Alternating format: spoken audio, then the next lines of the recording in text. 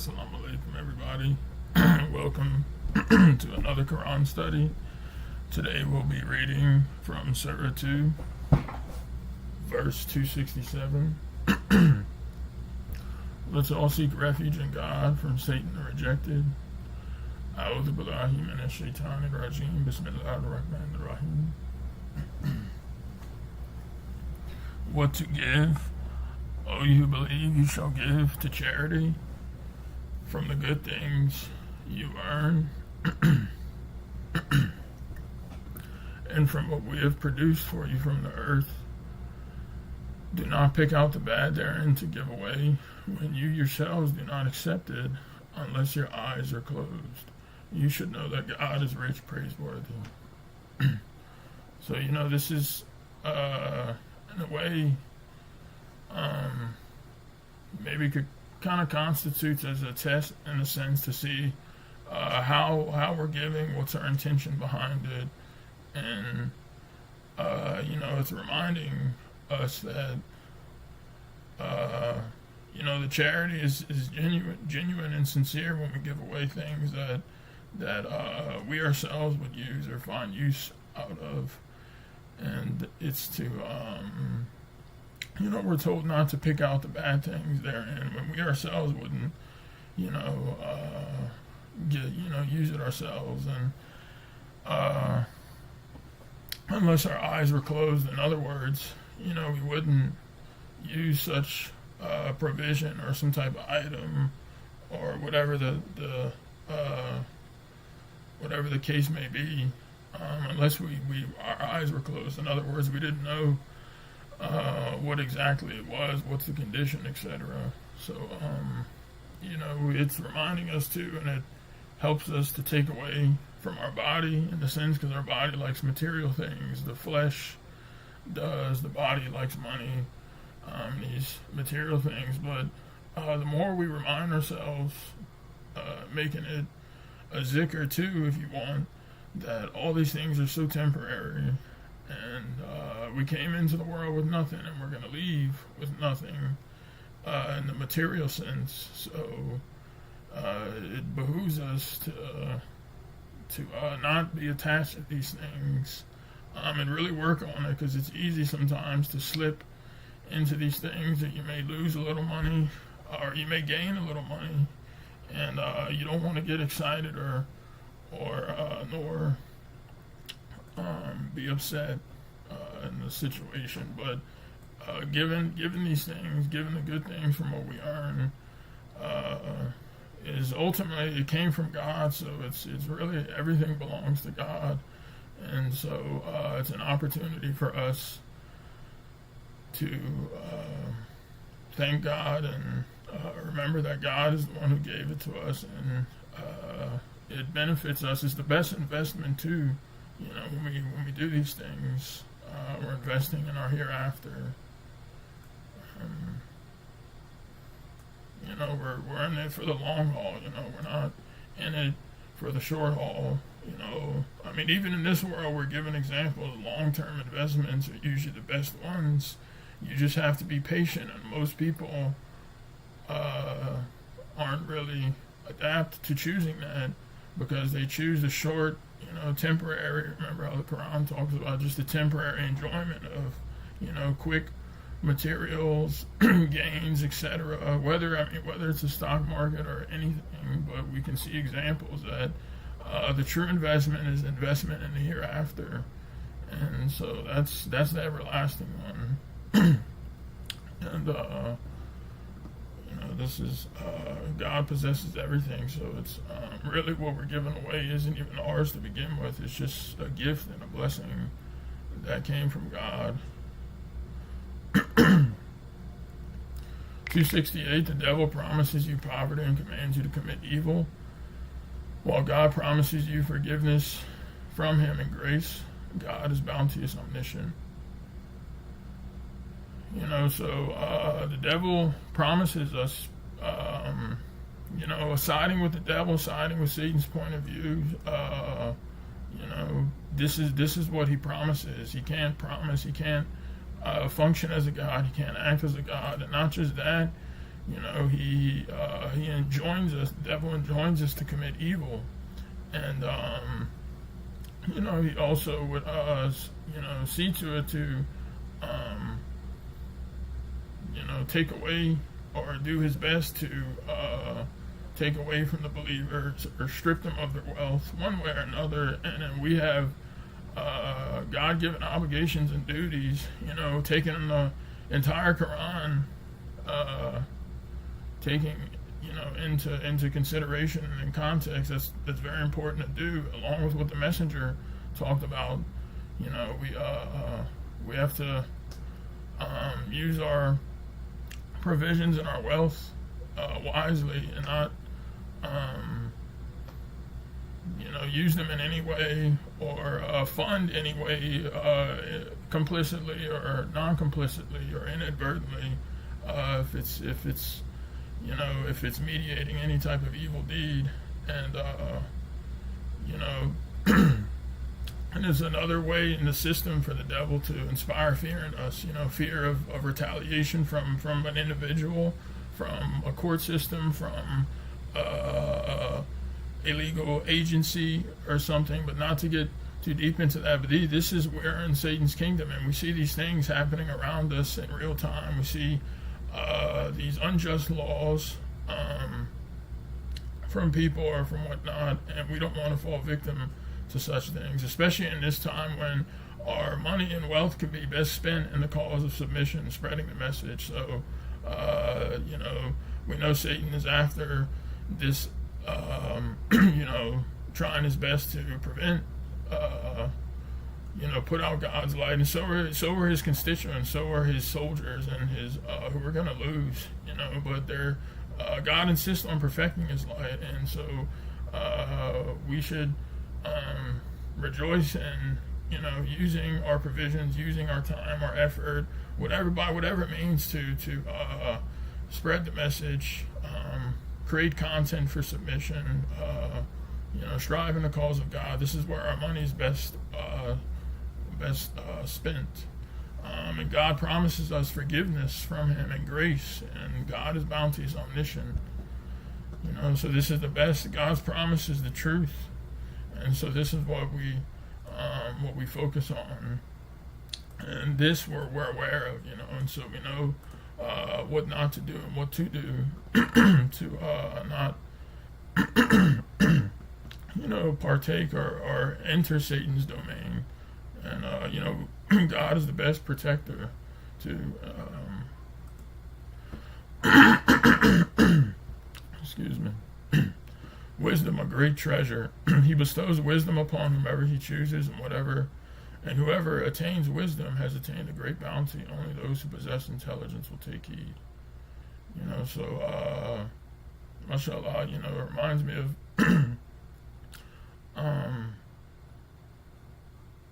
how we know from, just reminded me something, I learned growing up, how Suleman prayed for wisdom. He didn't pray for riches or anything or treasures like most kings have in the past. He prayed for great wisdom, and he got all those things after too. But wisdom is true wisdom is knowing the truth and upholding the truth and believing in it, and that's God alone. Complete submission and devotion to God alone, cheerfully, not objecting, knowing that God is doing everything, knowing that he controls every atom. La quwwata illa billah. No one possesses any power to do anything. We don't even possess the power to breathe or leave our house and then go to the store or something, because it takes power to move your back muscles, and all of this is controlled by God, and we have to really look at it like this. And because everything glorifies him, everything is controlled by him, every atom he's in control of. And so really our decision has to be is simple in the sense where and we should make it every day consciously and subconsciously. Eventually it'll become just part of us that we want to be in God's domain, in his kingdom, no fear, no worry, and that we know He's doing everything, and He'll help us, do our part, our striving, our steadfastness, the things we're supposed to do. He'll take care of that for us. But making God our God is crucial to our success, And I mean, right now we're all here, we're all making God our God, and also when we leave this study and stuff, and we go about our day, we have to continue, to make God our God, and this is ultimately what leads to happiness too. And the real intelligence isn't, these self-proclaimed gurus that write these books or these self-help books, which never work. I mean, before a submitter, I've read all of them. I've known so many people, family members, friends that read these power of positive things. I mean, none of that. It's all surface level, fancy talk that doesn't amount to anything. And I've just seen empirical evidence from people I've known, and so that's not intelligence. Despite the fancy words people inspire in each other, the real intelligence is knowing that God is running everything, and upholding God's absolute authority, believing in God, believing in His messenger, which tells us to believe in God. That's the message He brought, and this is the real intelligence. So it's not. That's why the Quran constantly says only those who possess intelligence will take heed. Anonymous charity better. Any charity you give or a charitable pledge you fulfill, God is fully aware thereof. As for the wicked, they will have no helpers. So any charity we give is God's fully aware. God's fully aware of our charity. So if we're giving it in the cause of God, we know that God sees us. We know that God sees us, and so that's why we're doing it, and we're doing it just for God, and we're not doing it to make sure. It was also, mashallah, some good verses in the last Quran study talking about this. How a lot of people give to charity just to show off or to gain clout or something. That's like the new word of today. But gain recognition and stuff. But I mean, even people that aren't submitters, people recognize it and call these big influencers out on social media for doing it and stuff. So I mean, even people's moral compass to an extent also tells them that, like, it's more, it's better to give. You give for God. You don't do it, for yourself or for ego, because that's nullifying. And if anything, these people are sending bad credits against themselves, because it's not only are they doing it, but their ego is growing when they're doing it. And if they really believed in God, like they say, it would be better for them. It doesn't matter what denomination or church or mosque you go to.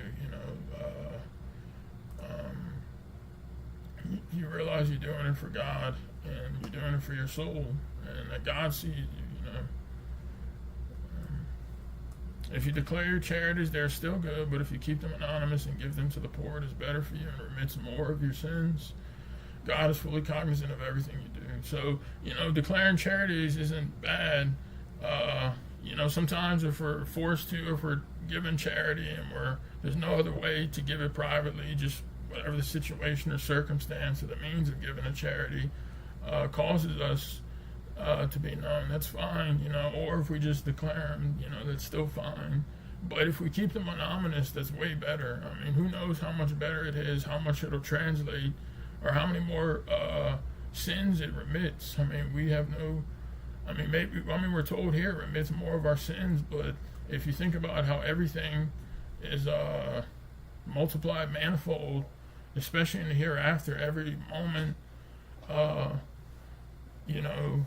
carries like a huge weight. Every atom counts. So if you think about it, like in the exponential sense of the effect it has, like on the Day of Judgment, like This is every little thing we can do.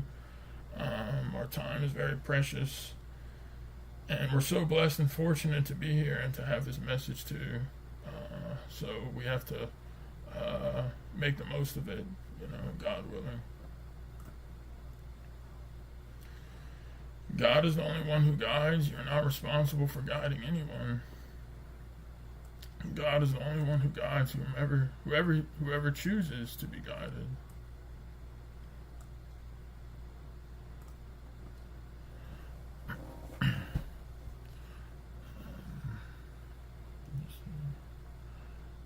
Sorry about that. Any charity you give is for your own good. Any charity you give shall be for the sake of God. Any charity you give will be repaid to you without the least injustice. So, this is, we're being told here it's going to be repaid for us, but it's also good to keep in mind, like, we're not, like, the real intention behind why we're doing it, it's, we aren't really doing it to get repaid, or like, oh, I'm just doing it to get paid back or something. Like, we know we believe in, how God provides for us, and He's going to multiply our works, God willing.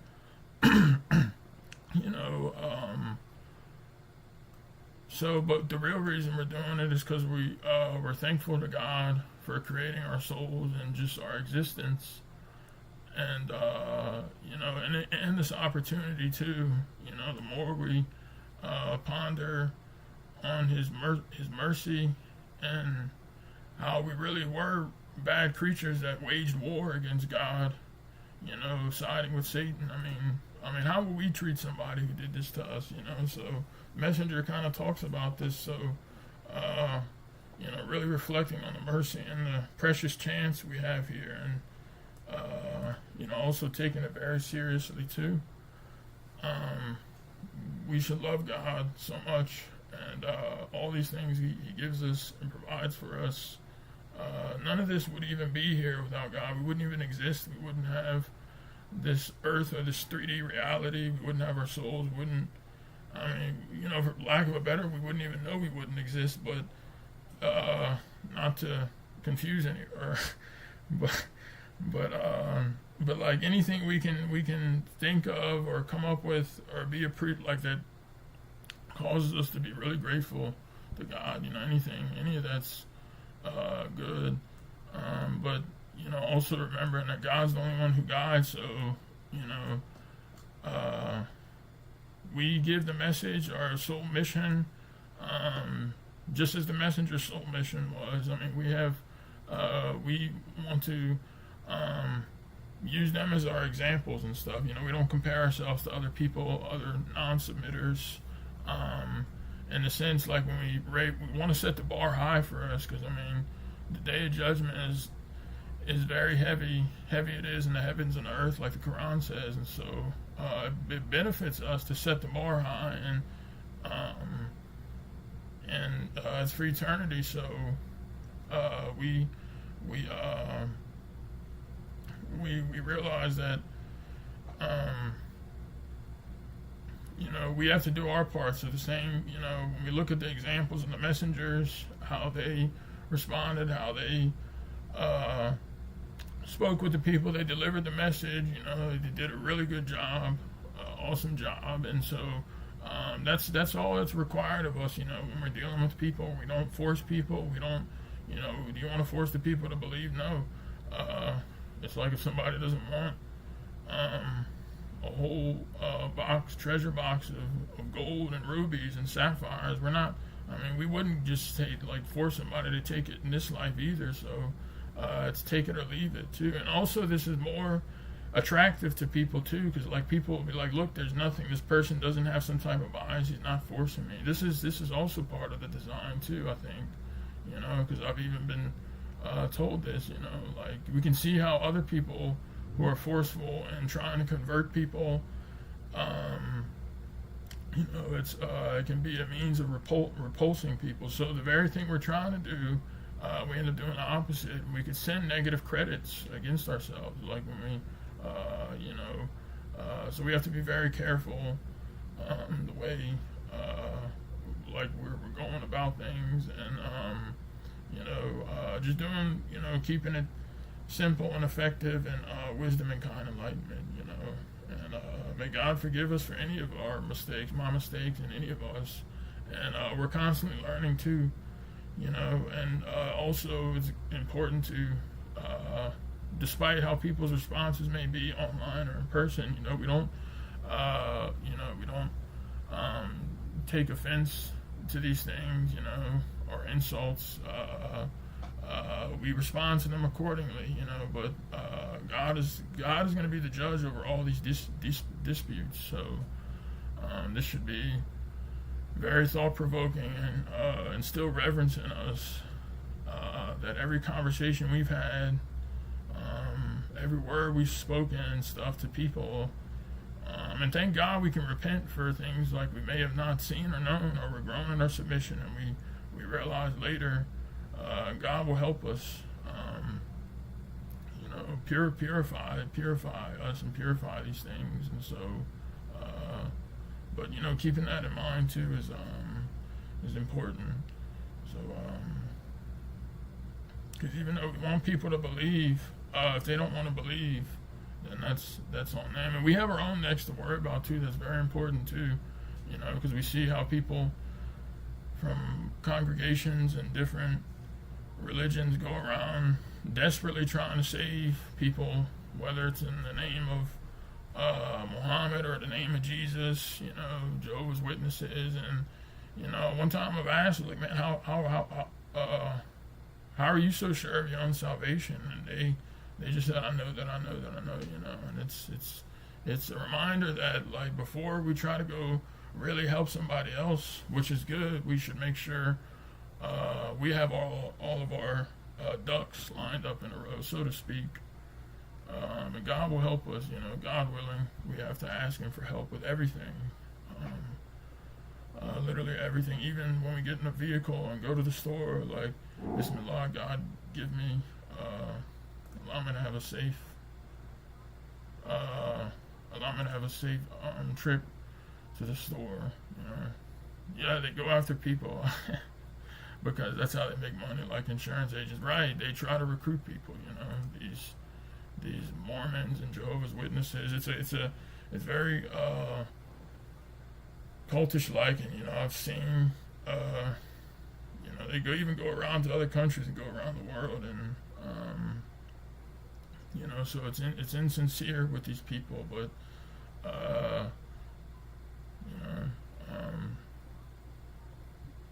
thank God for these examples we can learn from, and just even look at and just apply, like, see how these verses come to life in the Quran when we witness these things. Charity shall go to the poor who are suffering in the cause of God and cannot immigrate. The unaware may think that they are rich due to their dignity, but you can recognize them by certain signs. They never beg from the people persistently.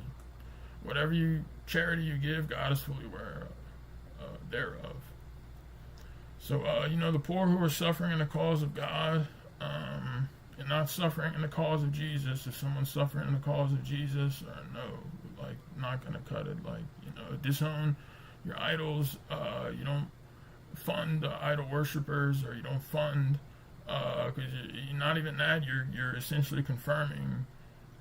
You don't give to these organizations that promote idol worship, because you're mediating a bad deed, and also you're affirming or confirming or both their idol worship, and it's so when we see the cause of God, it's the cause of God alone. The truth, the message, and they can't immigrate to. Not to sing out like Jesus idol worshippers. I mean, the same with Buddhists or Mohammedans and stuff too. The unaware may think they're rich due to their dignity. But yeah, I guess it looks like this verse maybe maybe there's people that maybe people that are suffering in the cause of God, and that don't want to ask from, maybe we could talk about this, but they don't want to ask for help from the people. but we know all dignity belongs to God, and He He grants dignity and removes it. Same with humiliation, same with everything, same with riches and wealth, but but even the rich or the wealthy is not going to save. It's not going to save anybody, and just because also someone has a lot of money doesn't mean, it's like the verse that says, do they think that because we're blessing him, something along the lines, but do they think they're that they're on the right path because of all these blessings, or do they look at these blessings like they're but in most cases you can see that's they've somehow forgotten God. But whatever charity we give, God's fully aware of. So mashallah. Those who give to charity night and day, secretly and publicly, receive the recompense from the Lord. They will have nothing to fear, nor will they grieve. So, charity is a big thing too. The messenger talked about this. This is all mathematically confirmed and coded. Surah 74, I think Audio 48, I was working on, or listening to it last week, and then he's reiterating the importance of the contact prayer. The 5 basic meals. He calls it nutritional meals for the soul, along with the other rights and really gifts. These are gifts. These are ways to grow our soul and to become closest to God. MashaAllah, listen to I think a sermon last night. From old sermon, not that old, but from Brother Suleman, and from 2017, and being closest to God. So these are gifts. So imagine if somebody gives you a way to keep increasing your hereafter's position or wealth, or your soul growth, so you could have the best thing ever is to be closer and closer to God, because you're in heaven, that you're probably, if we think about it like this, you're going to feel paradise, we have no idea. Even the lower heaven's the greatest triumph, and inshallah, we can all be part of that, to be there, or wherever, at least we make it, But also thinking about, you feeling better and better, and even more full of love and these wonderful things that our minds can't even comprehend. Even our wildest imaginations, even if we try to imagine, it's just like you can't imagine the taste of chocolate if you've never tasted it. You can't. It'd be impossible. It wouldn't even come close. You could talk about it, hear its sounds, or but so in a sense, there's going to be complete bliss and happiness, but probably more and more happiness, on top of more happiness, on top of more happiness, manifold, the closer we are to our Creator. And so this is, when we think about investing and stuff, this, for me, even recently, this is really the best investment, thinking about it, using worldly things too, to look at it, people are so busy investing in real estate and all these things, or stock market stuff, which is good, but if you have the intention to do that, to flip something, or to make, or to build a mosque or something in the cause of God, or have a property or something, or make money, and then you can go run advertisements. That's the real goal here, and that's the best. May God help us with these things, because time is very limited and very precious. I'll start speeding up a little bit, God willing. Usury prohibited. Those who charge usury are in the same position as those controlled by the devil's influence. This is because they claim that usury is the same as commerce. However, God permits commerce and prohibits usury. Thus, whoever heeds this commandment from his Lord and refrains from usury, he may keep his past earnings, and his judgment rests with God. As for those who persist in usury, they incur hell where they abide forever. So usury is really bad. It's prohibited. It's not the same as commerce. And those who charge usury are in the same position those controlled by the devil's influence. And kind of like I mentioned earlier, we're all here on this earth because of our initial crime and Satan's failures and broken promises to function as a God, which you can never do, never will do, never will happen. Or all the evidence is all around us. All these people that don't know who they are, don't know why they're here, chasing the devil's illusion, chasing the devil's promises, and they're all going to be let down. Even temporary happiness that they may find in substances, pharmaceutical drugs, money, they're all miserable. They're all, Rashad, Messenger of the Covenant, talked about it. Look at Eddie Murphy's video. There's much more videos and interviews today that talk about this, but so it's important to know that we don't want to be in the devil's influence. We don't want to and we're also recognizing that we may be we have to not go along with these people who charge usury and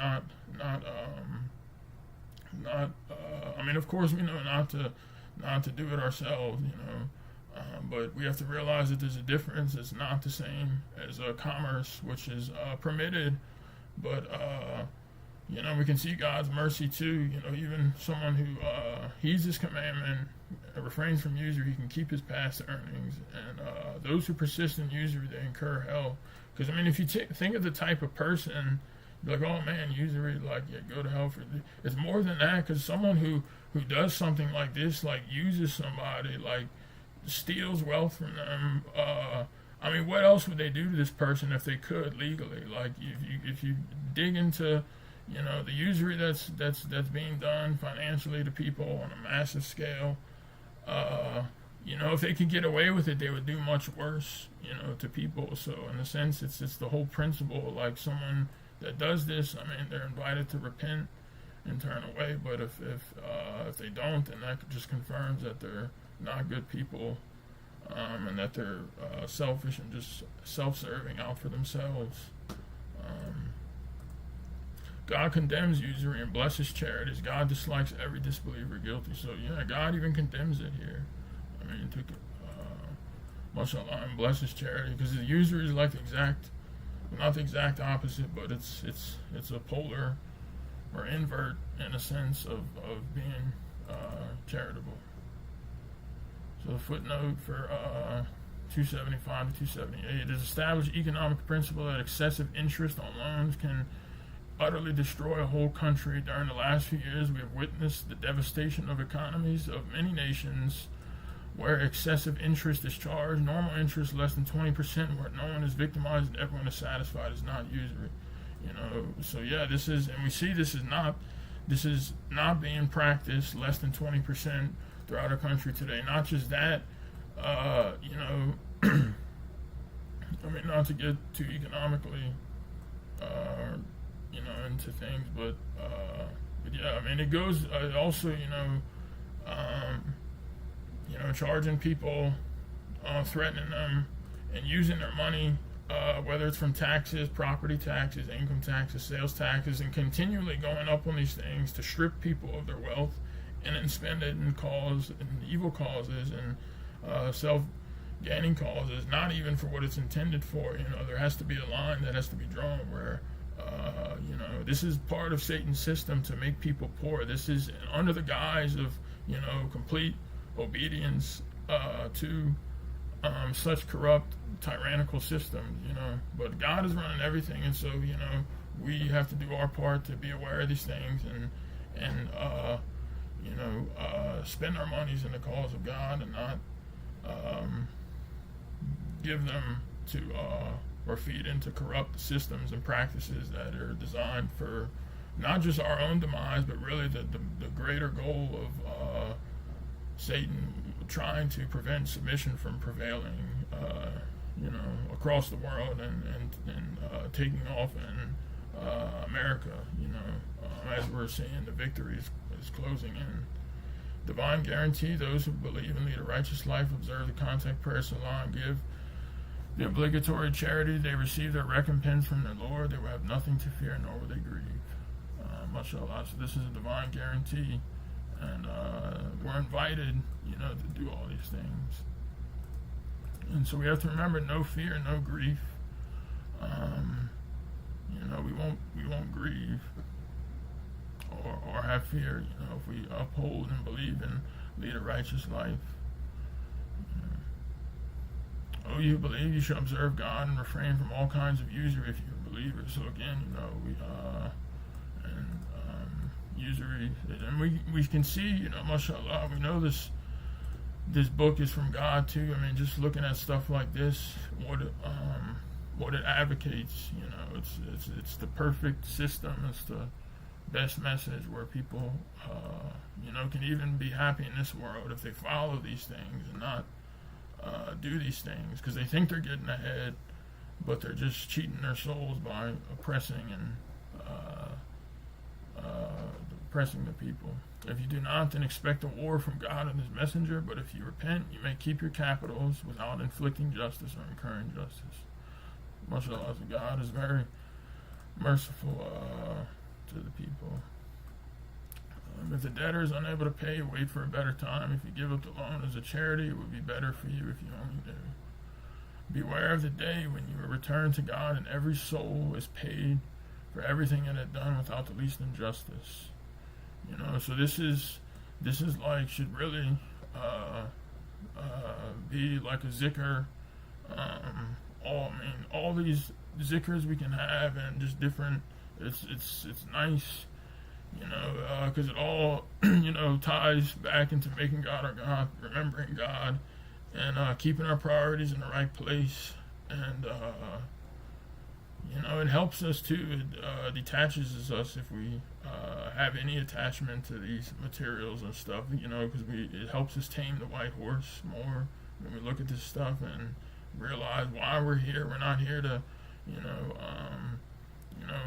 sleep and eat food and go to work, and a lot of people think that, a family is like, they talk in these terms, like how the purpose of life is to live, love, laugh, and be grateful for your family, but because people haven't found, they don't know who they are, they don't know why they're here, where they're going, what's to come.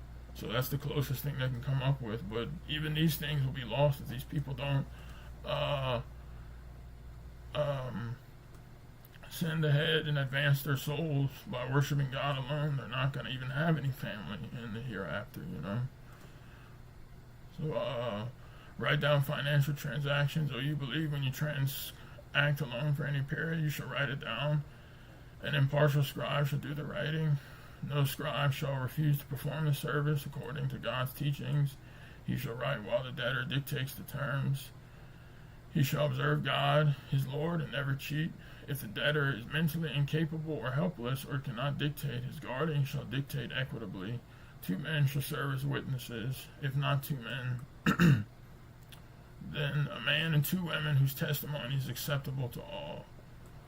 Let me just read the footnote real quick. Financial transactions are the only situations where 2 women may substitute for 1 man as a witness. This is to guard against the real possibility that if one witness may marry the other witness and thus cause her to be biased, it is a recognized fact that women are more emotionally vulnerable than men. Right. So we do know that. And even if such case, as submitters, fearing God and not even having a hint of being biased, but of course, people's jinns and stuff whisper to them and stuff, but about deciding. But we know in every situation we're always supposed to be completely just, and because everything's logged and tracked and recorded, and people are afraid of being spied on, having cameras and stuff, like rightfully so. We have a right to privacy in this world, but if we think about it, we have like even our thoughts. Like imagine having cameras and audio recorders in your head, like but it's much more than that. So so that's making that a zikr and stuff before we maybe would or if we're thinking about somebody that made a face at us or something, instead of thinking bad about them, make an excuse for them, just for example. Thus, if one woman becomes biased, the other will remind her it is an obligation of the witnesses to testify when called upon to do so. Do not tire of writing the details, no matter how long, including the time of repayment. This is equitable on the side of God, assures better witnessing, and eliminates any doubts you may have. Business transactions that you execute on the spot need not be recorded, but have them witnessed. No scribe or witness shall be harmed on account of his services. If you harm them, it will be wickedness on your part. You shall observe God, and God will teach you. God is omniscient. MashaAllah. So, God teaches us everything here. I mean, if you look at how detailed these things are, nothing's been left out of this book. This book is complete and full. So, I mean, it's full and it's filled with wisdom, So we're pretty much at time. If you are traveling and no scribe is available, a bond shall be posted to guarantee repayment. If one is trusted in this manner, he shall return the bond when due, and he shall observe his God, his Lord. Do not withhold any testimony by concealing what you have witnessed. Anyone who withholds the testimony is sinful at heart. God is fully aware of everything you do. So yeah, we're always supposed to be equitable and not withhold anything, any testimonies. To God belongs everything in the heavens and the earth. Whether you declare your innermost thoughts or keep them hidden, God holds you responsible for them. He forgives whomever he wills and punishes whomever he wills. God is omnipotent. So that's why we have to surround ourselves with good things, good people. I want to say good people, like submitters and even non-submitters, if they're still like decent people and good people and don't invite us to bad things. Like, it's okay to be around these people, work with them, give them the message. But this is all, guarding our thoughts, our what we hear, what we see, so they can be good. And so with that being said, if there's any comments or questions, please feel free. And if I made any mistakes, may God forgive me. Inshallah, thank you, Ray. Inshallah, thank you, Brother Custom. Yeah, so I think I believe maybe there was a part where you said we can talk about regarding people who don't ask for money persistently. Yeah, I wasn't sure what. I think wasn't sure exactly. What part of that? I mean, like they don't. It says the unaware. The unaware may think that they are rich due to their dignity. So what is that? So I mean, if someone's ever in a position where they might need help, not everybody wants to come forward and ask for help because a lot of people find it embarrassing, right? So everybody has some dignity. I mean, sometimes people will confuse that with ego, but there's also dignity, and sometimes you could be, you're not in a position where you don't feel comfortable asking someone for help, even though you might be in really dire need for it, right? Because for whatever reason, you don't feel comfortable, right? Mm-hmm. And so the verse is saying that normally, like, when we give to people, we give when we find out that they ask us usually that we need something, bluntly, or like they hint at it or something, whatever.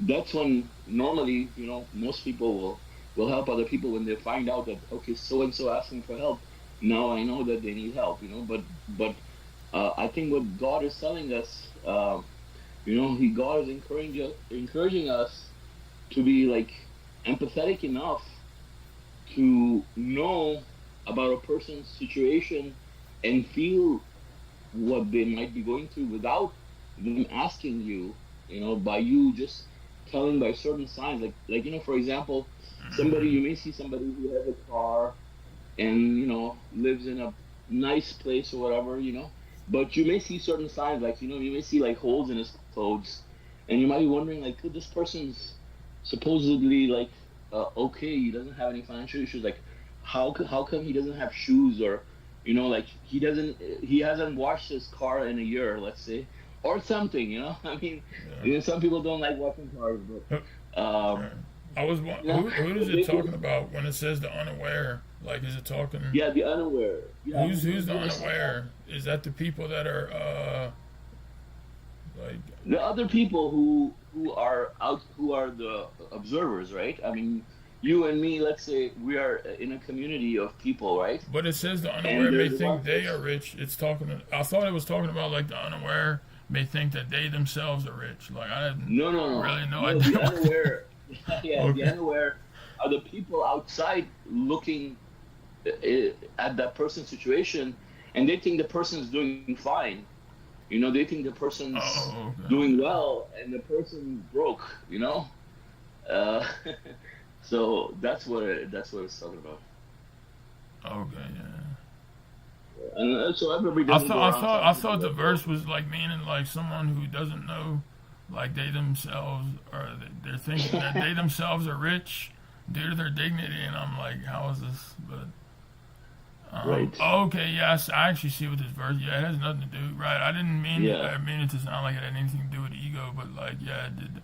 I No, was no, no. I was I thinking can I was understand. thinking like like somebody who's unaware about charities and stuff, and they think themselves like they're like if it was me or Gamin, not me. Let me just use somebody, but like this Joe thought he's unaware about himself, and he thinks that he himself is rich due to his dignity or something. Hmm. That's what I Yeah, thought. That's yeah. what the verse. No, but now you get it. Yeah, yeah. Now, okay, the unaware may think that. Right. Okay. Yeah. I completely see it. Yeah, Yeah. you're an outsider looking at someone's situation. He might be broke, but he's too embarrassed to ask you, and you may think he's well off.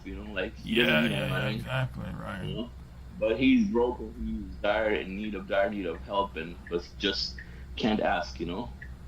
Yeah. I mean, I've been in situations like that. I know what it's Sure. like. I mean, a while back. Yeah, But, of course. Anybody who has been in such a situation will know what it feels like yeah. to come forward and ask, right? It's not easy. Yeah. Like people normally when people ask people for money. I know there are beggars out there that are professional beggars, right? But there's a lot of people that genuinely need money, and also a lot of people will be afraid to come forward and ask them because they are afraid of being blamed. Like people look at them and think that they're lazy or there's Right. something wrong with them. So many things, right? And people just don't feel comfortable asking people, even if they don't think that anybody would think anything. They don't know what the person would think, but they just, it's their dignity that stops them from asking other people. Yeah, Like, and that's perfectly normal. like I it's mean, just most people are like that. yeah, I mean, that's normal. yeah, and Yeah, then I some was people, thinking, man, the verse was like someone is unaware. They think they're all rich and they have a lot of dignity or something. And I had no yeah, and idea. I mean, you also don't want to like, it's not always about like what others people might think. It's also about like you're not the kind of person who wants to inconvenience someone, in any way. You're Right, just right. nice and polite. Yeah, You just don't bother people and ask them for stuff, right? So you have dignity. yeah, you yeah, know exactly. yeah. Thanks for clarifying Yeah. MashaAllah, brother, good explanation. that. Yeah, because like sometimes when I mean, for a long time, even when I would listen to the Quran and I'd hear this, I didn't know, because it's kind of like if you say um, group group A may think that they are rich or the unaware. I didn't know, I guess sometimes like it's Who's there? yeah, who's they? Yeah. But I mean, mashallah. For a long time, I never really knew what this meant, but mashallah. Yeah, So,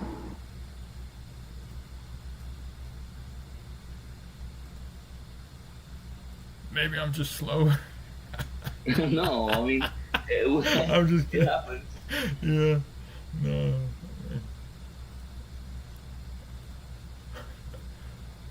Yeah.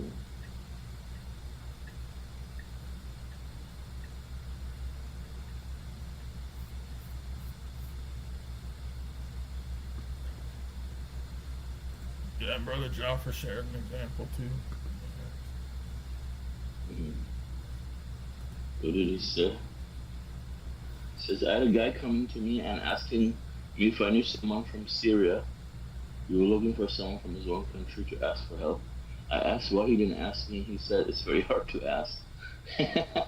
he was he was asking you if you know someone, but he wasn't asking you for help. Yeah. That's funny.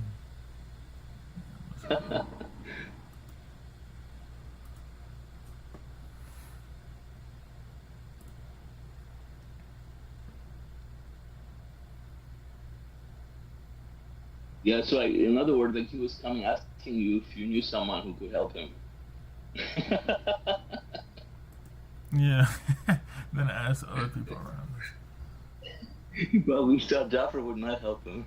Yeah. Oh yeah. No, just kidding. Yeah, I mean, really, too, it's God that helps us. Like, if I had to ask my mom for money in the past or something, Hmm. like when I was in Hmm. college, like I had to do it kind of Hmm. quite a lot. And then, it kind Hmm. of came a point where I know it makes the verse make sense now because I didn't want to keep inconveniencing her. Hmm. But mashallah, she was Hmm. always like helpful. Hmm. That's what a mother's for. Yeah. Mashallah. Can you guys hear me? Now we can hear you. Now we can hear you. Yeah. Okay. Maybe also, the person, like I was in this situation, and like also, they could be thinking like I was thinking like God will better my situation. Like I don't have to ask, like that could also be the situation as well. But um Yeah, subhanallah. yeah. Yeah, I mean, Yeah. the verse is Yeah, talking mashallah. about they don't want to ask because of their dignity. Mm-hmm. So, but I mean, of course, there could be many reasons someone doesn't want to ask. Right, But right, in yeah. this particular situation, you feel mortified to ask someone. But I mean, And that it would could. actually make you want to give to the person more, like because the fact that they're, I mean, not saying that everybody who persistently or consistently asks like the same like beggar or Hmm. something. Like I've had the same person. I mean, I'll help or whatever. But like you sometimes you may see the same people or something. Like for Hmm. example, and then like you're like, man, he keeps coming to me like every day he sees me at this gas station or something, which is good, you know what I mean. But Hmm. it's like someone who doesn't do that and like, but you can still like you actually is more genuine. You want to Hmm. help them, because Hmm. they're Yeah. Yeah, also, Brother Suleman, what you said too, like the person probably doesn't want to like be a burden, kind of, like Hmm. make your situation Hmm. like they don't know, so maybe Hmm. they don't want to make your situation more Hmm. difficult, like Hmm. by you giving them, Hmm. by helping them. Yeah.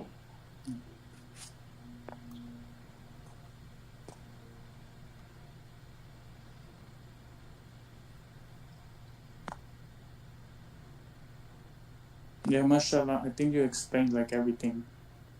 Um, um, I mean, you explained it enough so we can understand the full meaning of that verse, mashallah.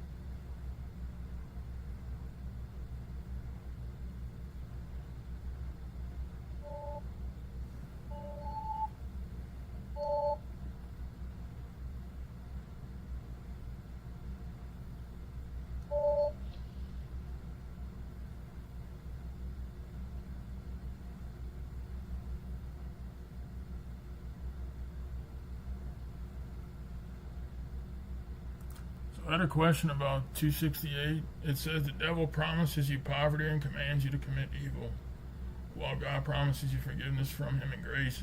So, like, when we see that the devil promises, because you know how he says on the day of judgment how he broke his promise, and we know that Satan is trying to be a god, and but he's failed, and I think there's also the video, was it 1985? The Messenger, like, talked about the world news bulletin. You know how we've entered into era where Satan has effectively thrown up his hands and he can't do it. But not to digress into that. Like if he's still trying to make a perfect kingdom, or if he's just all out trying to. I mean, we know he's trying to bring as many people to hell with him as possible. But when he says the devil promises you poverty, is that like kind of saying like, oh, I'm gonna like he promised, he's trying to promise us, happiness, but but out of his incompetence as a god, people who follow him, or ends up committing evil and poverty, or is it kind of saying like how he's after us in a sense, trying to make us into like through usury and stuff, and being or like taking money from us, or having those things. Yeah, so mashallah, I think it's a very good question. I think the way I understand this, how it says that the devil promises you poverty, I mean, the devil controls people by fear.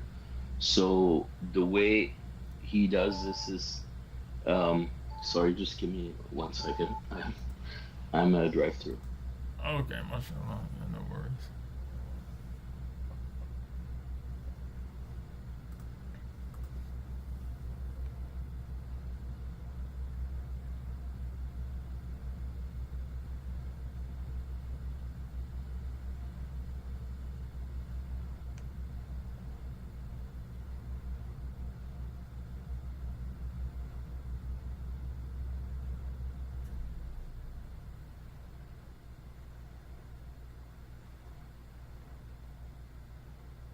Yeah, sorry about that. Well, I was saying, it was just my time when I started talking.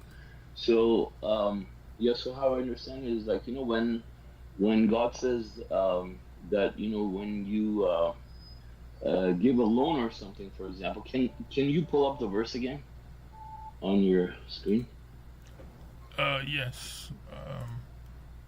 I want to read it. Yes, 1 second. Okay. Yeah. Okay, let me. Yeah. So if you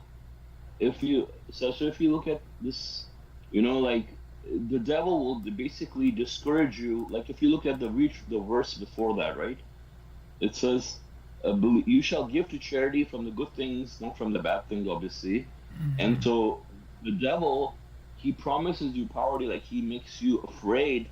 He wants you to not give to charity because obviously that means he's gonna lose, right? So he's gonna tell you, like, in other words, like, no, why are you giving this? This thing is, so nice, and exactly. like you're gonna lose. How are you gonna afford to get another one? Like, don't give away everything, like. Don't give away everything. No, don't do that. Yeah. Yeah, that's true. I'm sorry to interrupt you. No, that's all I wanted to say. Really. Okay. Yeah, it makes a lot of sense. Yeah, he'll try to like, oh no, don't spend too much in the cause of God, or yeah, that's a good. Or don't give to charity. Don't give nice things and stuff. Like you're gonna. Yeah. Yeah. And I find this really rare in today's world. People giving away good things. People give away stuff, but normally bad things. I'm not talking about money, of course. Money you can't be good. Money can't be good or bad. Money is money, right? Even if you give a little bit. But when it comes to things that people give to other people into charity, usually they give away things that are of no use to them, and that's something that they will not want to go and pay money for it and buy it in the condition that they're giving it to you. You know, like say someone needs a computer, and someone will give you a computer, but it's from 1980. You know, because they don't Yeah, need it now. They'll give it to you. You can't do yeah. anything with it. It is Windows 98 or 95, and it's a big a Yeah. That's a CRT. good example. Yeah. Yeah, that is a good example. A lot of it's kind of like take from the things that you love or you enjoy. You cannot attain. What does the verse says? That you cannot attain. Yeah, until righteous until you give from the things you love. Yeah, Yeah. emotional. Yeah, I think it's good practice too when we do these things, and and as we grow in submission, it gets a lot easier. Um, I remember first hearing that Hmm. verse, and then I had a hat I really liked. I mean, you may think it's just silly, oh, like a hat, but like you couldn't buy this hat anywhere else. And then Hmm. when I was moving, brother, to California, and I had to like consolidate, I ended up forcing myself to give it away. Hmm. But it's just like kind of funny.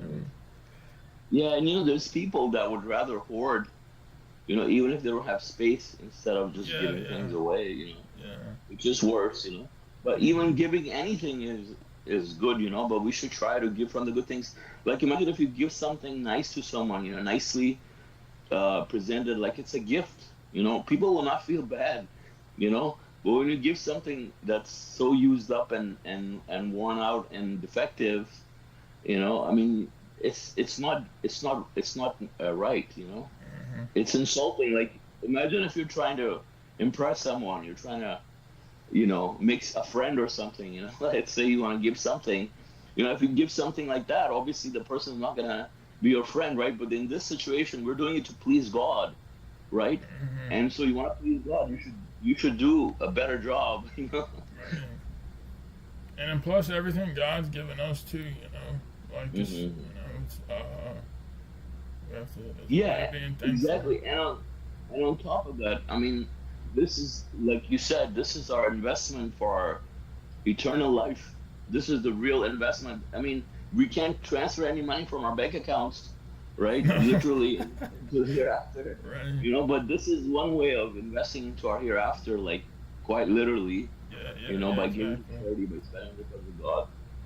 Yeah. You know.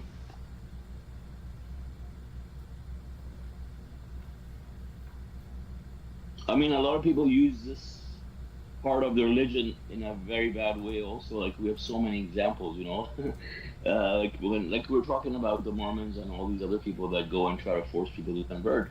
And I wrote a comment in the chat because that's how they make money. I mean, all these churches, they gather up people, so because these people pay into these churches, and that's how they become billionaires or millionaires at least. Oh. How are you? Evidently goes well anywhere and you took chicanes in a fry.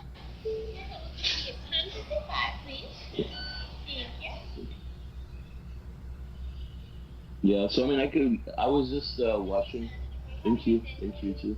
I was just watching this one short video on this one guy. He did some kind of wire fraud or something, and then he went to jail. And then when he was in prison, he got an idea to become a preacher after serving a few years in prison. Yes, thank you. So he became a preacher, and then he got like, thank you. He got like millions of dollars, you know, from people. And then one day he was in his church preaching, and he was live streaming his his sermons. So one day he was streaming, and he was called a bling pastor or something, and he was black, and he was always wearing these gold and diamond chains and everything. And so one day he was live streaming his sermon from the church, and he got robbed on the spot, and then I don't know if it was staged or whatnot, but he did get robbed, and they took a lot of chains and his Rolex and everything, and so he got a lot of news coverage, and then the reporter started looking into it and started investigating him, and eventually, the FBI got involved or something, and then he ended up going to jail for like 13 years. Uh, but I mean, it is a business for people, and they bank on the fact that God tells us to be charitable, right? And they use this thing, and I mean, this particular pastor, I think, like he was, from the prosperity gospel, so he was teaching people, oh, the more money you give, the more rich you're gonna be.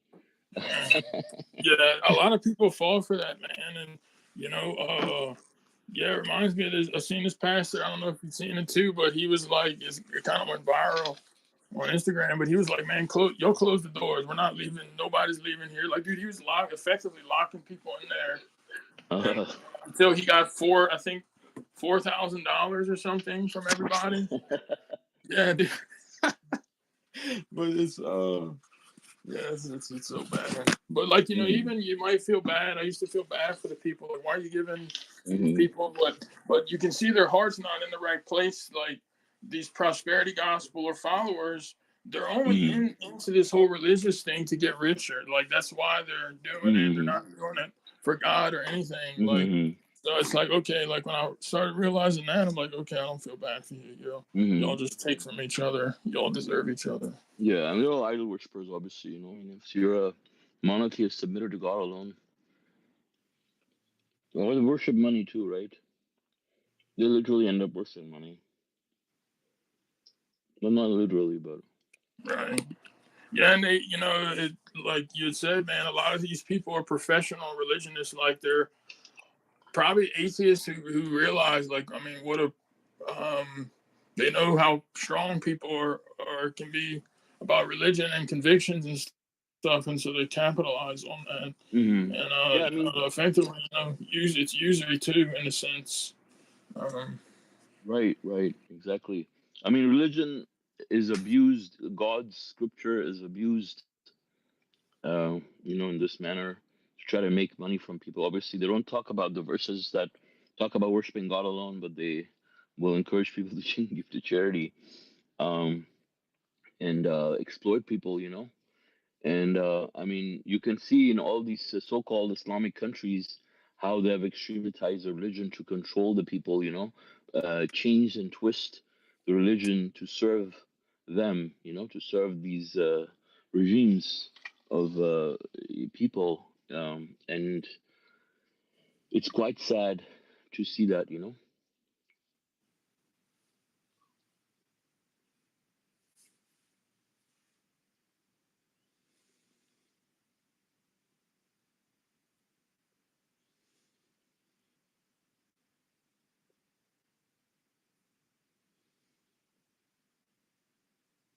And I've heard, like in Iran, for example, they have to give like, I don't know, 10% of their money to the religious government. And I Oh, think also in to yeah, give 10%. yeah, and I think also in some sects in Christianity also, like I think It's as bad as they the give like Catholic Church, what they used to do. 10%. Right, yeah. Yeah. It's like ten Yeah. percent. Yeah, well, I mean, like my sister's church she went to, I mean, man, there was a 20%, they call it tithing, and they guilt trip you, and they're very clever about it too. And they put fear in you, like, oh, you're not righteous, you're not one of God's people if you don't give. And what you give, the ones that do give, like, you're so much better than those who don't. It's a bunch of fear. I've seen it. Like I've been in these places where they do that, and I'll see posts from. Sometimes I'll just go uh, look at these people I used to, not used to follow, but used to know them through a mutual friend or acquaintance, and I do it sometimes, man, because it's very grounding. Like when I see how far off these people, I'm like, man, thank God. I'm like, I mean, I'm not like one of them. I'm not doing what they're doing, and like we have submission. Uh, you know, I mean, we still have to be helped. None of us have made it in that sense, but like we actually have a chance. We have a fighting chance, like these people, unless they're pulled out of their illusion. You know? Right. Right. But I think like so far, like what I can see, like the false religionists have made so much money in the United States. I think they haven't made that much money in other countries, right? If you look at the billions and billions that the religious preachers and churches have made from the people.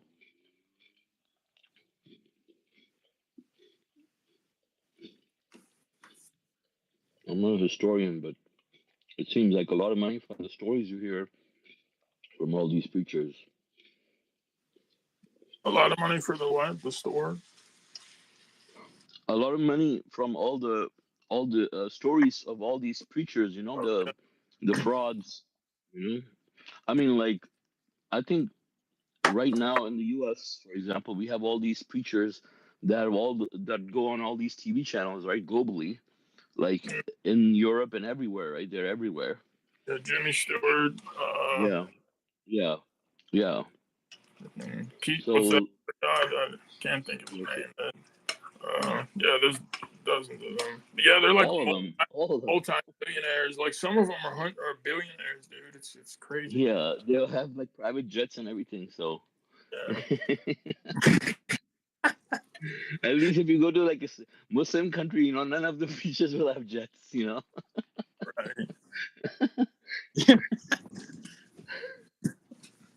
The government Well, will take the money from them. I think Mufti Ming got a helicopter. My dad was telling Uh-huh. me, but he's like the big. I think one of the biggest ones. But I mean, even him, he's not. He's still That's bad. from But like, Saudi Arabia. I think so. But like, he doesn't. Honestly, I mean, I don't want to say like. The Quran says, "Is your disbeliever better than their disbeliever?" I was going to say he doesn't seem as bad as some of these evangelical Christian preachers. Uh, but I mean, who knows? They're all idol worshiping. Mm-hmm. But like, he doesn't. I don't think he seems as like crooked, like demonic, like some of that. What's his Mm-hmm. name? That preacher that was like growling at that reporter or something. Right. Dude, Yeah. like some of these people are just plain Yeah, evil. he said Like I like don't. I don't wanna like, he says you're talking about that guy who said I don't wanna go in a commercial airline because of I don't wanna travel Yeah, with all the demons. yeah. He's like getting the tube with a bunch of demons. Calling people demons. He's like, I did not say that. Don't you ever say I did. And he's like almost Yeah, like looks and like he's about to hit her or something, Oh, I dude. know. Yeah. yeah, and it looks like it's gonna get much worse. You know, it's all and it's all politics, unfortunately. But they're going to increase, all the religious fanaticism. Right.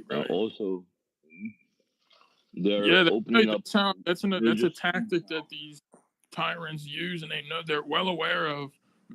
They've studied. I mean, when I say these studies, Mhm. not like they're smart, but they know that Yeah. you can rile people up and extremize them on these religious, and yeah, you cook their brains and get them, Hmm. extremist Christians, but I mean, a lot of people, these people get in the way of submission, or if they transgress their effective enemy, uh,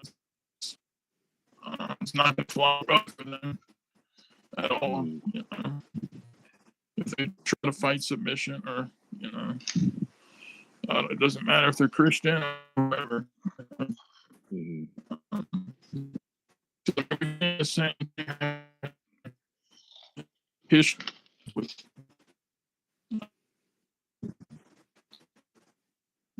Brother John, I think you're cutting off. Yeah, I think the voice is cutting out.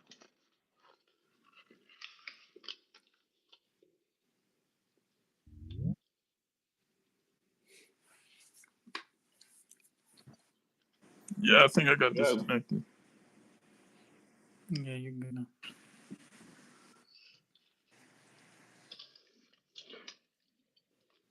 Yes, subhanAllah. I mean, God knows that people, who are certain about the hereafter, their charities will not go to waste.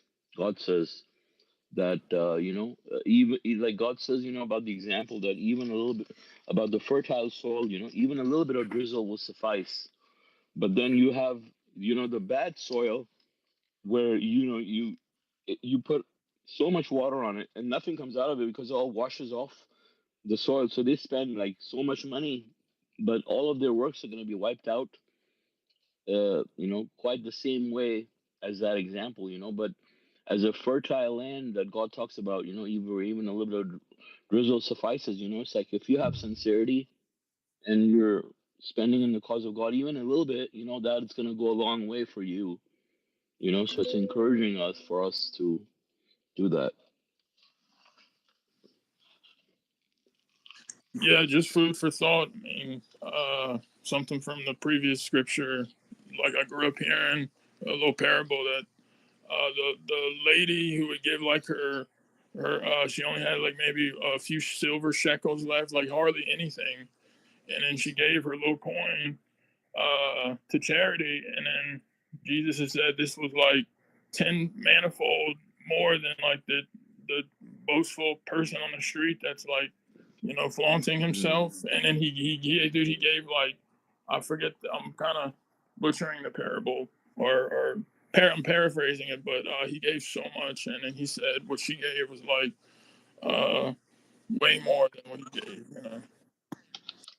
I mean, Mm-hmm. the, You're butchering the butchered. uh, no, yeah, You're but, I shouldn't have used the word like. Sometimes when you're trying to explain something, you don't do a good job, hmm or you don't. I mean, paraphrasing, but I uh, mean, it's already butchered. yeah, Well, at least 10% of it is butchered already. yeah, yeah. But man, the message is there. People. Yeah. It doesn't Yeah. matter like the dollar amount. Whether hmm you give a little bit, hmm it's still more than like people who give in the billions. Um, or Yeah, I even if mean, you're those given, people who are yeah, giving in the billions, they're only giving it for tax purposes, right. so they can write it off as charity. There's people that even go to Goodwill and stuff. They're like they yeah, I knew And you know somebody what? that worked there that would go there and do hmm that stuff, and then they would get these forms so they could claim it on their taxes. hmm And a lot of these people actually don't even give the money that they say they're going to give. It's not just that they're showing off. They say they're giving this much, and then they actually don't give it. Some of them don't even give any money after they make these pledges, because they're pledges. Oh, I pledge I'm going to give $1 million, and like then they start covering up it in the news, and everybody's talking about it, and then the person doesn't give the money. There's been Yeah, many. Yeah. I No, think it's important to be aware of these. A lot of these hmm messengers talk about it, but I did more hmm research. Like there was this guy who covered it on YouTube, American Red Cross, and these blue like all they been stealing people's money, and like a small fraction of percent of donations like that gone through American Cross or whatever American Red Cross have not seen, the countries or the people. hmm So that's another way Satan is making hmm people making them poor and stuff. Right. And I'm not making Yeah. this up. Like it's starting to hmm come out, with the information age, and people are talking about it. But that's why I like when I'm, oh, would you like to donate to hmm like St. Jude's Cancer Society? Like I get those, uh, or the hmm AHA, American Heart Association, which is as corrupt as they come. Like no, hmm like it's and they try to Yeah. trick you too. Like hmm oh, like you have to be righteous, you have to give to charity. hmm But God, we have the God's message that tells us where our hmm charity should go. Yeah, and then there's so inshallah. many organizations right now that are they're trying to get money from people to give to, for example, to help the people of Gaza, and and the people of Gaza have been starving for 2 months. Have had no help at all. You can't get anything in. So all of the money that they're giving, they're just taking the money. Yeah, exactly. Yeah, that's And true. also, God says in the Quran that um, people that do that, that give the money not in the right way, not in the way God has commanded them to give it, charity, it doesn't even benefit them. Um, I think he used, I think the verse talks about how a rock like in the soil, and then it becomes a useless rock, like without the soil, like just a plain useless rock. Maybe Brother John, you could find the exact verse, but it's an allegorical description of how God is saying how if if they give to charity and like then they do they then they like insult the person or something like that, or anything that notifies their charity, it doesn't benefit them at all, if they don't give charity the way God has commanded us to give charity. So like it's not benefit, even though they think it's benefiting them, it really isn't. It's just for this temporary life, not for the hereafter.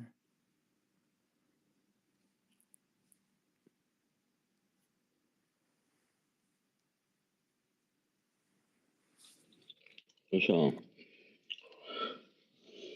yeah. Also, are there any other comments about the verses before I may have like some off-topic stuff?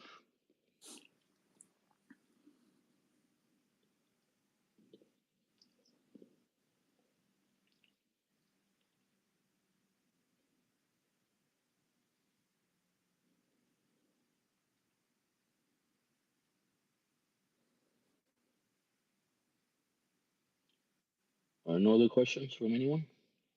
No, I don't think so. Hmm. Okay.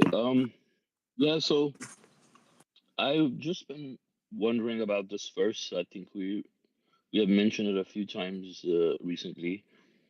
Um, so going back to the subject about the smoke, God says in Surah 17, verse 16, it says, if we are to annihilate any community, we let the leaders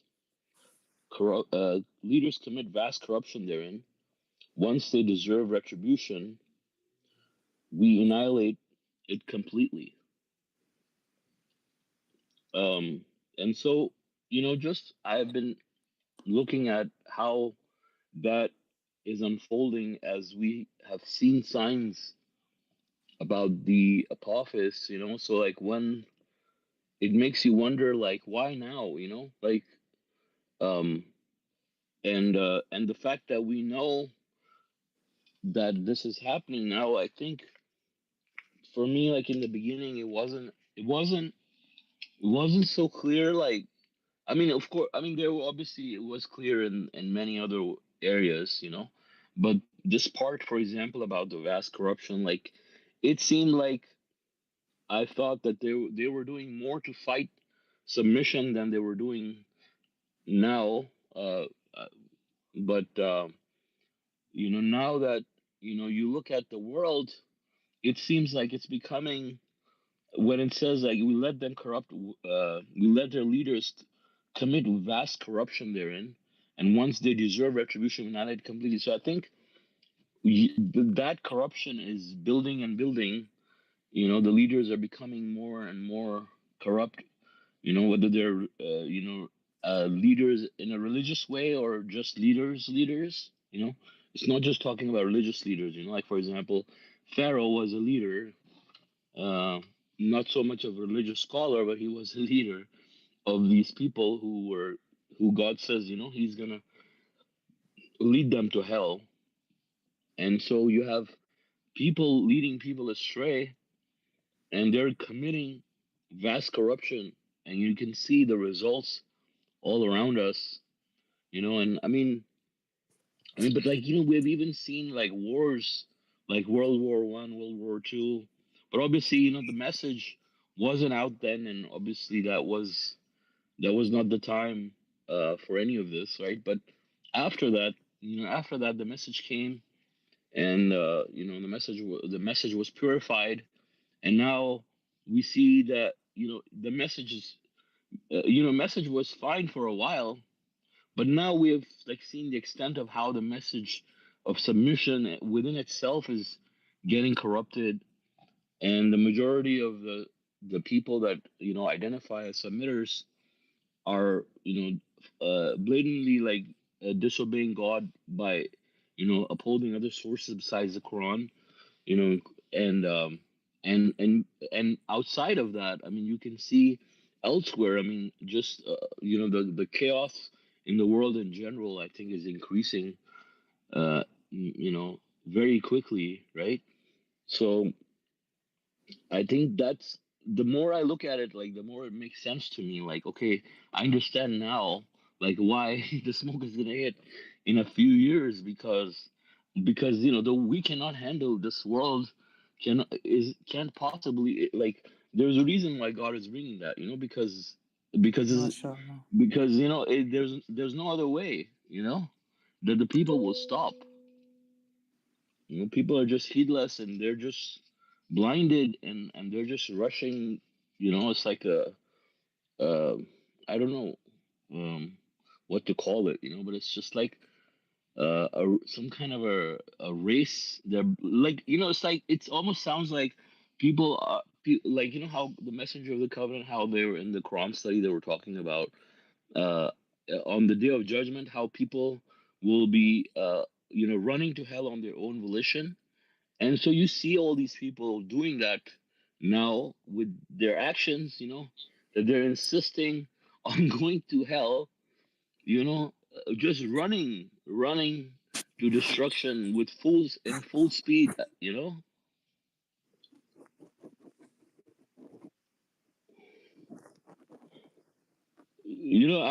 mean, there's so many examples to talk about, really, but but recently, I don't know if I should say that, but mention this, but yeah, recently I went to a wedding, okay, and I mean, I was so shocked because I think John knows about it. So I went to this wedding, and I was thinking, okay, this is a wedding, and I understand like there's it's different. I've never experienced anything like this, probably because it's a different country. But other than that, like I wasn't expecting anything out of the ordinary. But I was so shocked because the whole thing started with praising Muhammad, and I was like, okay, as soon as we sat on the table, the group came and they started playing drums and stuff, and they started worshiping Muhammad, and I was like, oh my god, like I can't take this, like my heart, I just felt really bad, so I couldn't stand, and I got up and I left, and I was out for like 15 minutes. And then, someone texted me and told me that it was over. So I came back, and now, I mean, everybody's sitting down. We're all eating, right? And now they just started more idol worship, like one after the other, one after the other. And it went on for like 2, 3 hours. Imagine, like, one after the other, nonstop. They're playing songs, singing about Muhammad, and not only that, there's people. It's a wedding, It doesn't make any sense to me. Like it's a wedding, you're singing songs about Muhammad, like the person is singing, Yeah, like the why? DJ or whatever, singing, but but Yeah, why? but no, it was worse. It was worse. It was like it was a freaking karaoke night, like everybody's singing with them, and not only that, they're singing, and then everybody has handkerchiefs, right? And they're like, "Go flip up your handkerchiefs," and everybody flips up their handkerchiefs, and they start spinning them in the air, and they're like, "Yeah, yeah, come on!" And there was like one or two people, that didn't do it, submitters, you know, and they're looking at it, and thank God I couldn't understand the language, but they were telling like, "Hey, you lady," she wasn't doing it. Huda wasn't doing it. He's like, "You lady, you get up and do it," And she didn't, thank God, But you can see MashaAllah. the pressure, the entire, there was like 50 or 60 people. It wasn't that huge. So, it's easy. Like if one person is not doing it, it's obvious. At first they made them all stand up for Muhammad while they're doing this stuff when I was gone. And then I came back and then this thing with the handkerchiefs. And for 2 hours, you're worshiping Muhammad like it's a wedding, I couldn't believe it. And obviously, things have not been like that in this world, like among Muslims too, right? I can see the same thing like in countries like Pakistan also, like the idol worship just keeps growing, getting worse and worse, like previously, they were celebrating like Muhammad's birthday, like okay, there was a day for his birthday, and some people would be like playing songs and stuff, but now everybody's there just like more, they're decorating their homes, it's like Christmas time, and they're having all these events to preach. So there's a corruption in itself. It just seems like it's getting worse and worse and worse. I've never heard of a wedding where there's idol worship for 2 3 hours nonstop, but that's what I just saw. And I mean, there's so much happening in this country, in the United States now, where it's just unfathomable, like what is going on in this world. It's like a freak show, right? What Satan is doing, and so yeah, it makes sense that this is a time when God says that these people have lost all hope, um, and then eventually they deserve the retribution. I mean, obviously it's the right time.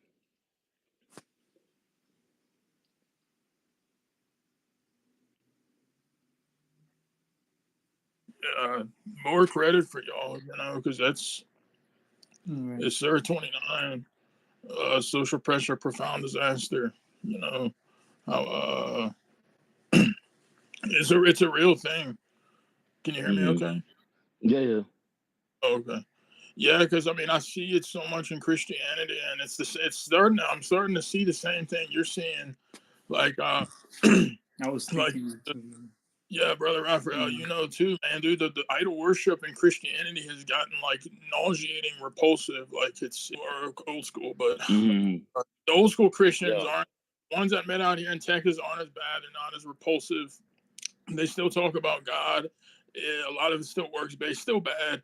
But like, dude, so much of what the this whole revival thing is, dude. It's so much about Jesus. It's terrible, and like it's the flaunting around in churches and stuff. It's really bad Yeah. too, and it makes sense. Yeah. 'Cause, yeah, Yeah, and the evangelicals, right? I mean, there's yeah, so much of that. yeah, and they're like getting more gung ho about some of these, you know, like more extrematized and stuff, and then I mean even the ones that aren't extrematized, but yeah, I mean just thinking about like these people, they may try to single us out or make us feel singled out, but I mean we know who the real winners are, and I mean I can't imagine these people, their faces, if they don't reform, God willing they reform and but they're going to be in the worst abode. Like it's unimaginably terrible. And I mean, this is what it means. That this is why it's not easy to test. Social pressure. So many people fall into it. I mean, because it's not easy. It makes you feel. I mean, having being singled out, being looked at, and I mean, who knows what these people else are thinking? Like Hmm. people, you could Yeah. just imagine like the wickedness that's going on in some of their minds about y'all, and just the haughtiness, the pride, and thinking that they're so much better. But uh, this is like the distinguishment, really, like those who are sold on God and those who are sold on Satan's idol worship point of view. And it also strengthens, when these things happen. I think they make us stronger too. Um, Definitely Yeah. an So opportunity for it. yeah. Yeah, I mean, God says that, obviously they only hurt their own souls.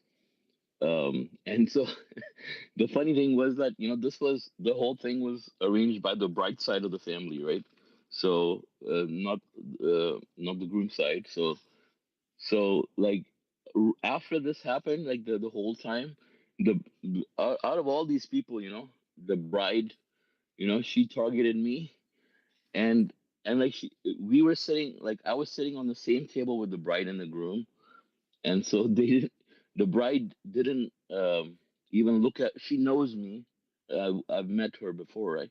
But she didn't say hi to me or anything after that. Like didn't look at me the whole time. Came and like shook hands with other people. Completely just caught me dead and ignored me the whole time.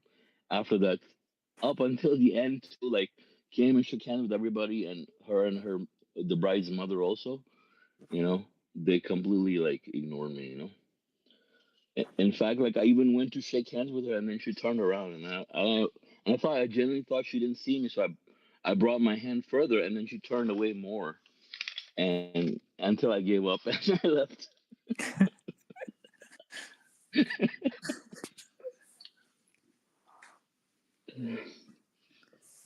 Like, brother, and it's actually like just like you said, it's everywhere. Today at work, they were playing a song. I think it's a Jesus song. Probably Brother John knows about it. If it was playing in the radio, it's probably famous, Hmm. but it's played more than once, and it's like saying it goes like saying, what if God was one of us, and then Hmm. it's just so blasphemous, the whole Hmm. song, and I felt very bad, like Yeah, Man, just I a would put stranger in on the bus. earphones. Yeah, I would put in earphones or That one. something. I was thinking that too, brother, but it was at the, like, I put earphones in the morning, but it was like in the middle, like I was Hmm. already working, and you Yeah. you can't have earphones on because you have to talk like to customers. But Hmm. I was like, man, like if it happens again, I'm just gonna do it, Mhm. because it was really bothering me. Yeah, they shouldn't be playing, and that's kind of what Suleman you were talking about, the extrematizing and Hmm. political. They should play the submitted album. They're not supposed. Mashallah, yeah. Yeah, yeah, yeah. I just shared, verse 77 in Suleman. If you look, it said God will not. I mean, imagine how she tried making you feel and stuff in front of people, but imagine in front of all the people, in front of the angel, most importantly, in front of our Creator, what it's going to feel like Hmm. when this happens. It says, God will not speak to them nor look at them on the day of resurrection. Subhanallah. Be purified. I Hmm. mean, dude, that's, I Hmm. mean, we have like this people have she has no idea. I mean, she doesn't Hmm. reflect, but, I'm just saying that as because, I mean, she could, but Hmm. probably doesn't Right. if she's being this much of a objector. Yeah, mashallah. But yeah, just imagine how a human could try to make you feel in front of people.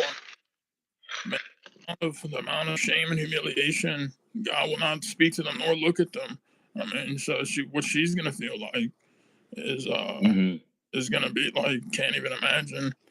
Um, yeah, yeah, it's a cheap trade, because the first part Hmm. says those who trade away God's covenant and their obligations for a cheap price, they receive no share in the hereafter. And they are Hmm. trading away for comfort, for social malou, friendship, all these, they're not benefits, but they look at them as benefits and stuff. Hmm. It's a cheap price. They've given up what they really never had in the first place, like Hmm. and stuff about God alone.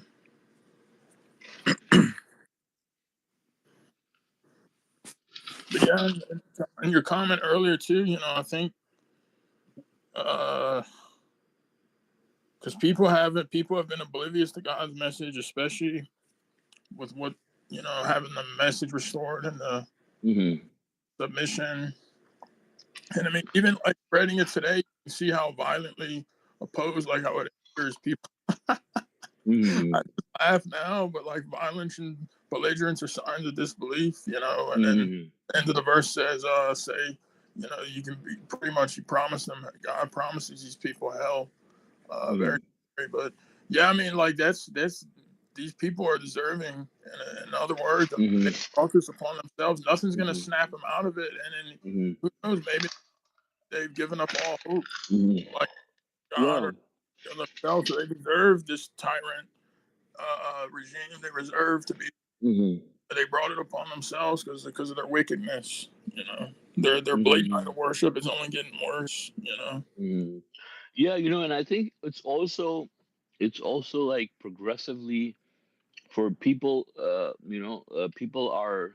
It's also a time where other people probably who are meant to receive the message, that God is preparing them, that they're waking up in a way to all the lies that they have been told, you know, Right, right, right. about the world and Yeah, about submission or Islam even or in the yeah, Quran. They don't know the difference, you right. know.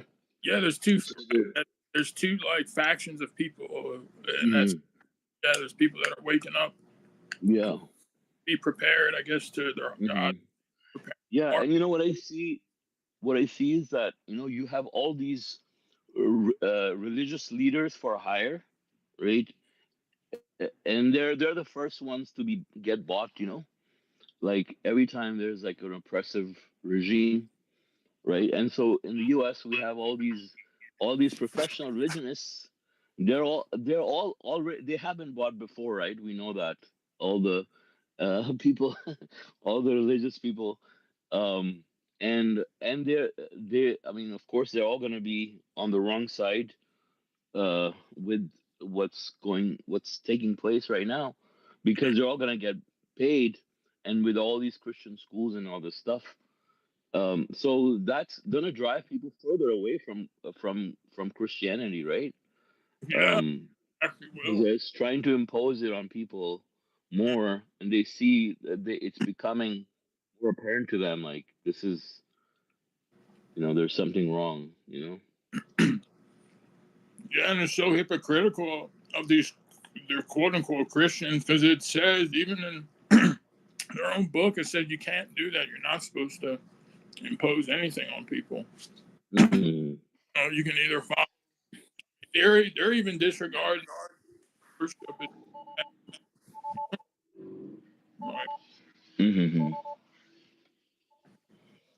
Yeah, and I think it's also interesting that just history just keeps repeating itself with all these human beings. They just keep making the same mistakes over and over, and getting annihilated, and not learning.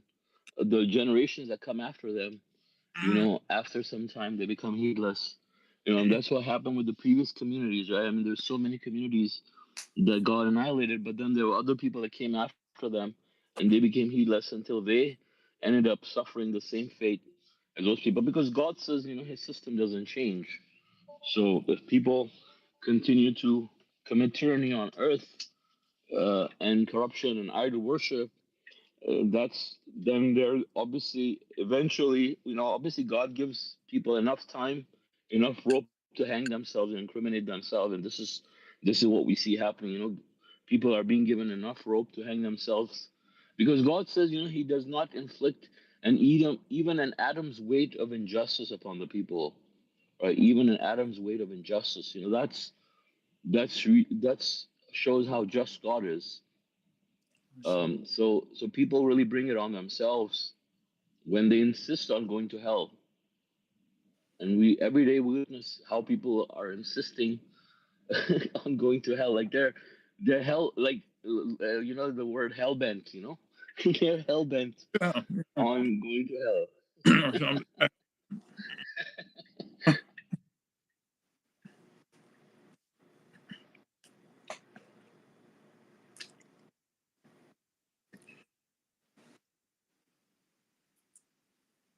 yeah, I mean, this makes even more sense and confirms, like coincides with the smoke and Hmm this all this happening even more. So Yeah, I can only imagine what 2028 is gonna look like. God knows the yeah, future.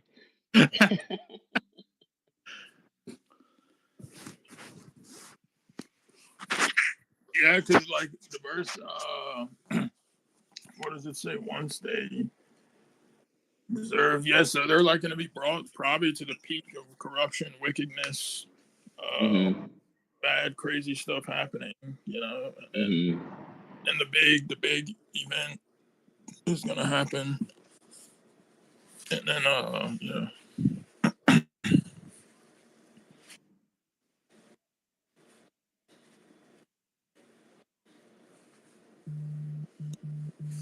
Yeah, I mean, for the first time, in history, I think in the U.S., we're now seeing that they're starting to allow, I mean, government funded Christian schools. Like we always had neutral, public schools where they were not part of any religion. But now, and you have Christian schools, but they're just private schools, and they're not funded by the government. But now you have these schools, they're actually going to be funded by the government where they want to preach Christianity, and they're so clever about it that they want to give people money, lots of money, like uh, I don't know how much it was, like uh, 10,000 $10,000 per year or more per child. So if you have four children, imagine you're gonna get like more than $40,000 to send your child, which is a lot of money. It's not just for covering school, but it's a lot of money. So to convince people to go to these Christian schools, so they can be indoctrinated into becoming religious, idol worshiping extremists.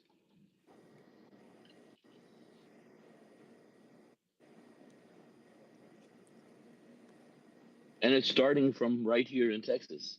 First,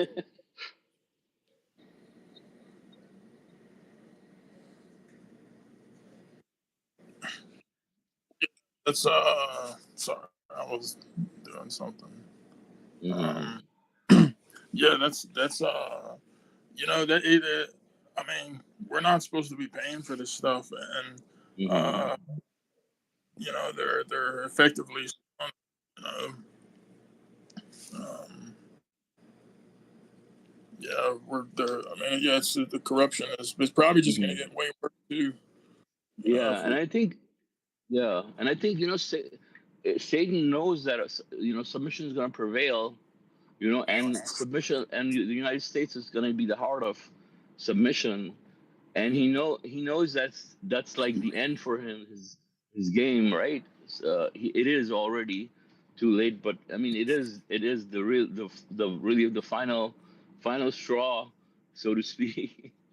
And so he's trying so hard, to spread his poison of idol worship by because people are freely thinking about religion. No, nobody tells you what religion to follow. Even kids, right? Even the kids that grow up in religious families, a lot of them are, when they go to school, I mean, they're exposed to other ideas besides what they learn at their house and their homes. And so they choose their religion freely for many people, right? But like when you're trying to indoctrinate them into Christianity, they're I mean, like we have seen how it changes people really fast to societies, how they transform. They get extremitized. Like, for example, these so-called Muslim countries. When uh, like they start this, there was a time when they were not as extremitized. Like if you went to Afghanistan or Iran and these other countries, like maybe 40, 50 years ago, they were entirely different. Like nobody wore headscarves, or like in Afghanistan, nobody wore those head to toe burqas and stuff like that. And then they started pouring in money, opening religious schools that were, funded by, God knows what. And that's where you saw all of the evil, spring up, and it became so nasty, right? And so, unfortunately, we're going to see this. It seems like the same thing is happening uh, here too.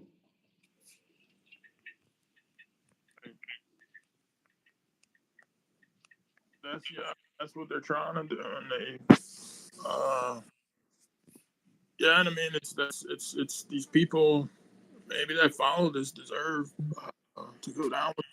I mean, because they're effectively the same people that are like the same ones, like the communities of Pharaoh who may have not been worshiping the same gods, but you know how they still gather together with Pharaoh to just out of you know. Mhm. But they were, civilians and stuff that were annihilated along with Pharaoh's army. Mhm. The wicked people. Mhm. Because really, when Mhm. it comes down to it, it's like the old thing. You're either for God or something I used to hear, but like you're either for God or you're against Him. Like Mhm. one or the other. Like that's one thing. I don't know if it's a verse in the Bible or it's just something I used to hear, but uh, it's like that. Like even we've seen a lot of these people speaking out. It's like, man, if you're not on board with you know what's right, and if Mhm. you're on board with tyranny and forced religion, forced vaccinations, forced I mean like all this theft of our Mhm. Mhm. taxes and all that. If you're on board with these people, you're one of them, and you're not on our side. You're our enemy. Mhm. So uh, Mhm. you know, eventually when Yeah, and so. it happens, like they're afraid of their identities too, being Mhm. because they're gonna everything's um uh yeah. Yeah, so I mean, the idea is that when they have these government-funded school, all the funds will go to these private schools. So what happens when the schools, other public schools, are not being funded? There, nobody will nobody would be able to send their kids to those schools because they're so poorly funded or not funded at all. So Right. people will be forced to send their kids in this Yeah, way, like and South, also what they're trying also to, people, they're yeah, gonna be posters. and also people being poor, will be forced to send their kids so that they don't have to, um, struggle, in terms of the finances to lure them also.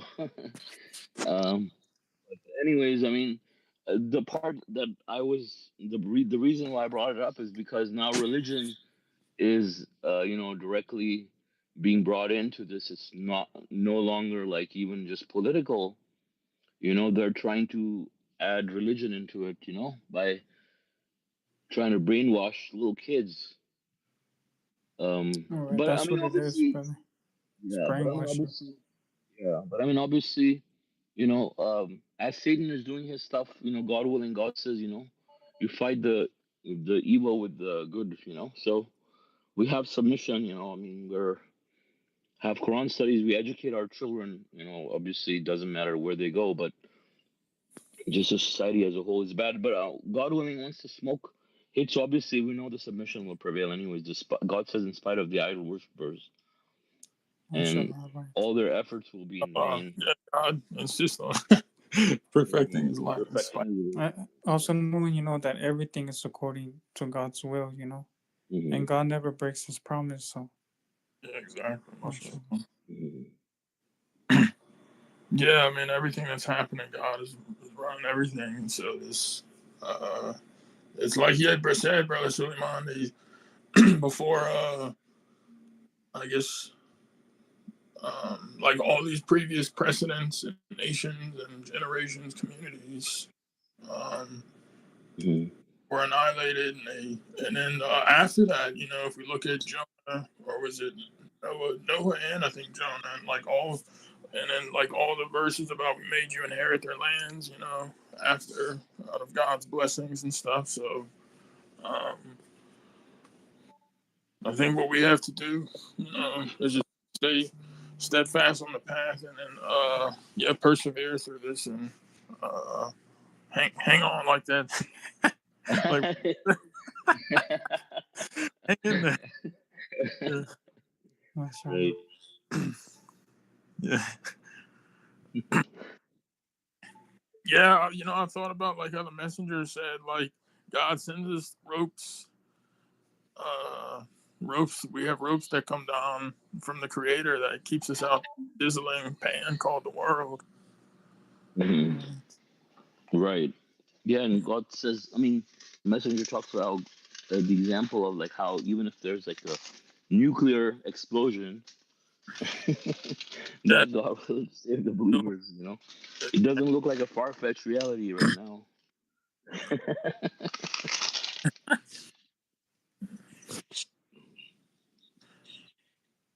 Yeah, I mean, last night they had like hailstorms and stuff come over. It was really, really, really, really bad. But ended up somehow I made it out okay. I was thinking about this like the past 4 stuff and had to keep reminding myself to trust Mm-hmm. God, because I don't take insurance out on these rentals for work. And if I would have got hit, um, that's thousands of dollars of damage. But I was still like, I tell You myself, remember the hailstones? yeah, there was big hailstorms and stuff that came through last Oh wow. raining. It was very bad tornadoes and Mm-hmm. stuff. There's a Oh few tornadoes, wow. but yeah, I was ended up, mashallah, I came out okay. And but yeah, it's also teaching, reminding, teaching. We're all still being trained and taught to trust in God and not to worry. And Mm-hmm. even too, I have to tell myself like, and I came to terms too, like if even if I do get hit with hell, I have to say like, praise be to God. It's all temporary, and all that matters is God. You know, Mm-hmm. Whatever the case, and it does really help, like huge, to not like to prepare yourself, like, and really mean it. Like, okay, even if this was to happen, not gonna worry or anything, because none of this is its own illusion, and but mashallah, Mm-hmm. God protected me, But like, so actually, that led me to a question I meant to ask. So when it comes, yeah, go, mashallah. So I was thinking like a few days ago. So like when it comes to trusting in God, right? Mm-hmm. So it's so important. Now, when we trust in God, like we know He's going to take care of us. So, like for example, on this, I'm going to use the example of the hailstorm. Like we trust in God, like He'll protect us, He'll take care of us. But is it if we're like preparing ourselves mentally, like okay, what if you did get hit with hail? Like how would you respond? And like okay, like even if and He's like okay, no, I'm going to submit, and you mean it, like I mean, you mean it, God knows and stuff, and then you've come to terms, and but and if something like that were to happen, uh, and then, but we were trusting in God that it wasn't, or like how are we supposed to handle these situations? Like in the sense, like, do you kind of know what I mean? Like when we're in a situation Uh-huh. where we God will protect us, and we're counting on Him to protect us. Mm-hmm. Let's say something does. Let's say some type of adversity, or like even like in the times of war, or something. Or I ended up getting smacked with hail and stuff. Mm-hmm. Now like we don't like I'm not gonna sit here and be like, oh no, like I trust in God, but like I mean it would be Satan that would try to whisper, but like in a sense I would look at it as like, okay, maybe something God has something good that comes out of this. Like how do we look at these situations, because when we're trusting Mm-hmm. God to, let's say, this happened, you're protected, but let's say it does, let's say something happens like that we see as bad. uh how do we handle that? How are we supposed to look at that? Mm-hmm. Like we're still supposed to submit. You kind of know what I mean, like we don't want to do you know what I mean? I'm trying to understand the part you're asking about. Like, are you So is it saying that? trusting in God, Mm-hmm. like we're trusting in God that something bad wouldn't happen, like a hailstorm hit, but if it Uh-huh. happened, and like I still am gonna submit and stuff, but like you Mm-hmm. know how do I look at that? Like, do I look Yeah. I mean, at I mean God, that part, or do I the part. deserve it, or Well, I mean, something like, good from it? so I think like one thing goes without saying for any situation, right? That no matter what happens, we're gonna submit to Yeah. God, right? Much- Like we're not gonna be Right. Right. objecting to what God is doing, Right. Right. Right. right? But also, that doesn't mean, like, for example, that we don't. But I mean that's what it is in terms of what you should be. That's the mindset, right? I mean, and Mm, you should. So you that's know that you have to trust in God. You know that no matter what happens, God will help the believers. You know, if you're on the side of God, that God mhm. will protect the believers, right? Right. That's always the Oh, mindset, you know. And that, then that's and good. then So yeah, yeah. Keep yeah, going. and then you know, if anything is supposed to happen. Let's say you find out there's a weather report that there's going to be hailstones this morning, and your car. Let's say, let's use a small example, right? Let's say your car is outside, and you find out that the weather report says at 10 a.m. there's going to be hailstones, and your car is outside. I mean, like I can say, well, I trust in God that the hailstones, even if the hailstones do come, and my car is outside, then my car is going to be fine. That's not trusting in God, right? That's testing God, and That's the common sense is that okay, if you think that the hailstones are going to happen at 10 o'clock, bring your car inside the garage if you have one. much. you know, That's what if I there's did a too last night. That's how I ended up hmm preparing because I got radars and I thought about that, and then yeah, it worked out too to like where I had to be at some other place like where the storms were, but then that entire field lost power, so it wouldn't have benefited me to go there to hmm drive through it, and so I just camped out where I was under the roof, where it was like there's not many places like this where I work, and then it hmm was. And then when the hail came, like an hour later, dude, it came fast and quick. It was like hmm really loud, and then, but and I also bought I bought like some hail thing blanket. for the yeah, I saw that. Yeah, but yeah. So and a lot of people got hit pretty bad. As like companies Uh-huh. popping up, like I mean, taking hmm advantage. I mean, not in a bad way, but they're just Right. taking advantage of the situation. So, So but so I so, mean, that probably wouldn't be the driver's fault, right? I mean, if there's you're renting a car and hailstorms, but like that wouldn't. they would try to like I would be responsible because I don't buy their insurance and their little packages. That would be Oh, I responsible see. for any uh Uh-huh.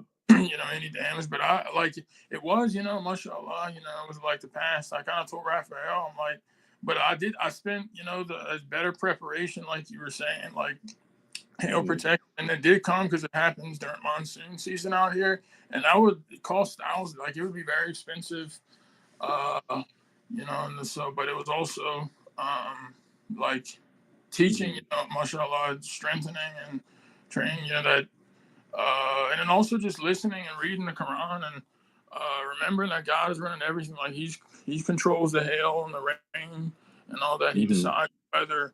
And I heard something the other day from the messenger. He said something. hmm I think audio 48. He was like, "If God wants to get you, He'll get you." Like he said it Right. on those lines. Like, and I was like, "Man, subhanallah," So it's almost freeing. Like, we just. But yeah, like you had said, so it's complete submission. I was ready to submit, whatever the case was. And then like you had said, that's kind of what I wanted, or kind of what I was looking for. hmm Like even if it did get hit, you still have to trust in God because like He'll take care of you. He'll provide you the means to get it fixed, or some other good situation Well, could come out of yeah, it. but I mean, trusting in God, should be more like, nothing bad will happen to you. Not you, not even get a scratch. If you're under God's protection, right? So that's the trusting part, right? So Right. don't anticipate getting hit and then getting money to fix it. I mean, No, no, if you do I end would, up getting it, I mean, I would lose money to. that you yeah, but I mean, if you do end up getting hit, let's say you anticipate getting hit and then you end up getting hit, then you're not trusting in God, Right. you know? Oh, I'm not Yeah, anticipating. because I've prepared myself mentally to submit if that were. hmm That's the thing. oh yeah, but that goes without saying for any situation, right? But if there is something happening, I mean, we are always going to submit, right? But the idea is not that we anticipate bad things will happen, or are going to happen to us. If we're trusting in God, like right now, for example, they- for example, your government is uh, deporting your citizens, right? So, I mean, if you trust in God, you know that you're not going to get deported, right? I mean, you're not going to say that I trust in God that if I get deported, I'm going to come back, even if I do get deported. No, I mean, if you're trusting in God, then you should put complete trust in Him. if you end up being deported, I mean, then you submit, right? But don't But think, oh, yeah, I'm gonna get deported, But that's like, you can say, for example, like, oh, in case someone wants to come and get me to deport me, what can I do? Like, what kind of things I need, to well, protect myself, I would do, but so that doesn't happen. I've already got worked up about some of that stuff. But I'll just so there's a Like, lot of other being people. cautious, like you're going to war, for example, right? I mean, you're trusting in God that God will protect you when you're going to war. But you still have your armor, you still have your weaponry, because the enemy is there to kill you. So you should trust in God, right? I mean, all these people that fought wars in religion, like for example during Muhammad's time, when they were being attacked and they had to fight back in self-defense. I mean, they trusted in God, but they had to fight, but they had, Right, right, even Solomon, God talks about, how they, God showed them how to make shields to protect themselves in wars. And so, we still have those things, and God tells us to be cautious, for example. That's why, everyone. there's special instructions about the prayer, how to Right. do it when you're in these situations, not let your guard down, for example. So, I mean, one can say, well, if you trust in God, then just let your guard down. Yes, that's kind of like Hopefully. good, yeah. Because I was like, when I was thinking about the hail situation, and yeah, very applicable to the situation we're dealing with now. We were just talking about, but like with the hail situation, I was like, well, I don't want to like just complain, like, oh no, I can go anywhere, park anywhere, and I'll be fine. Like, God is doing everything. Like the messenger had Hmm. talked, like the person who was like Hmm. saying, it was kind of funny. Hmm. But he's like, yeah, like they didn't have to get up, like they were just gonna sleep all day and never go do anything or look for um, provisions or something. And then like he was like, or how many dollars are assigned to you or something. He's like, oh, I don't have to do it. God is doing everything, you Hmm. know. But Hmm. yeah, like we're not supposed to be like he was telling you how not to be. The point I'm Hmm. saying. Yeah, I'm not gonna go Hmm. like test guy. I'm like, oh no, I'll go park anywhere. Like, oh, I'm fine. Hail. Hmm. There's gonna be Hmm. a 10 foot by 10 foot square area where hail's not gonna come, but it's coming everywhere. Right.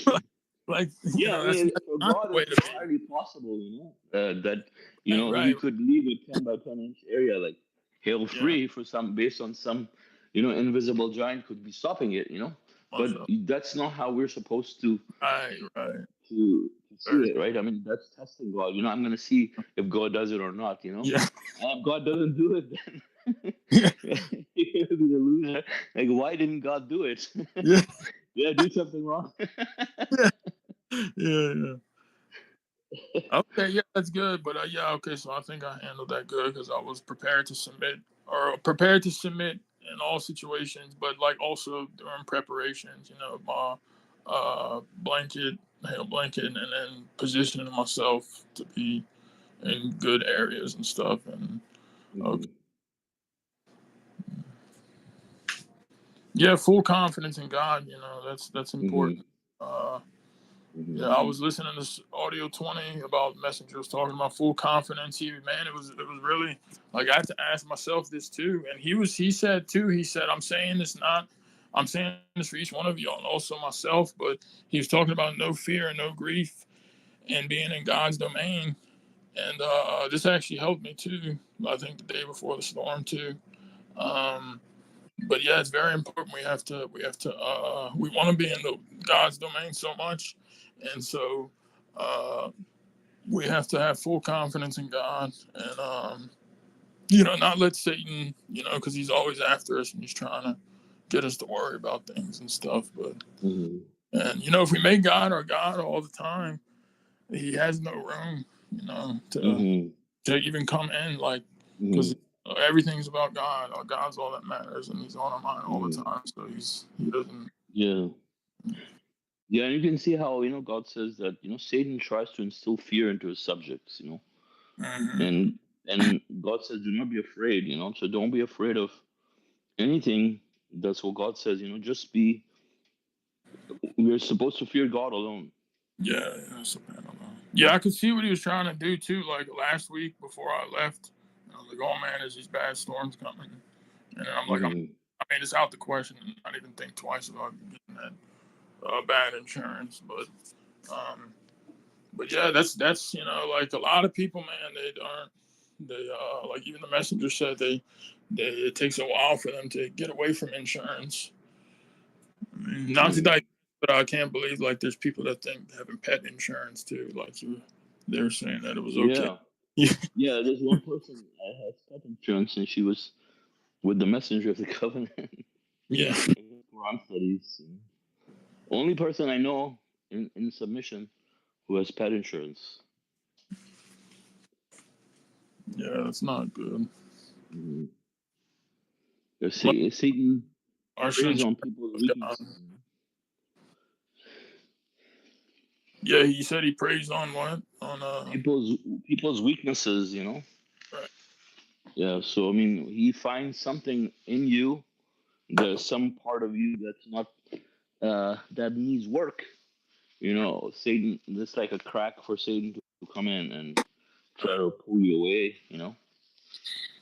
And that's how a lot of these people went astray, because they all had some areas, like some people, for example, are too afraid and just paranoid about things like that, in life. I remember, the same person I'm talking about, who she was with the messenger.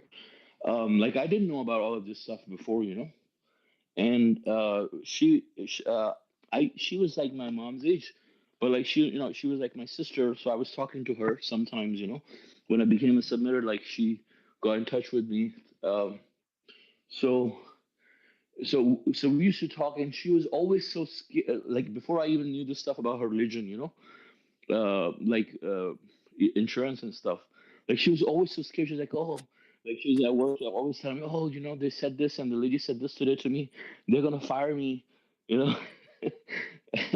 And like, that's lack of trust in God, and the number one reason, these people get insurance is because they have lack of trust in God, lack of knowing God. Yeah, they got right. If you don't believe God's running everything and He's controlling everything, even our Hmm. bosses, even us, we have to willingly submit cheerfully. Yeah, and then also, of course, we know nobody thinks that God is not omnipotent, right? I mean, or it's nobody who says he's a submitter in the right mind is gonna say that God cannot protect them. Of course, God can do anything, right? Everybody knows that. But what that trust comes down to, I mean, what does it mean? Like, you trust in God. Like, do you think, like, because when you don't trust in God, like, I feel like where the sin comes is when you think that God is not going to be merciful enough and kind enough to protect his servants. I mean, that's having bad thoughts about God, right? That God Mhm. will break his promise to the believers.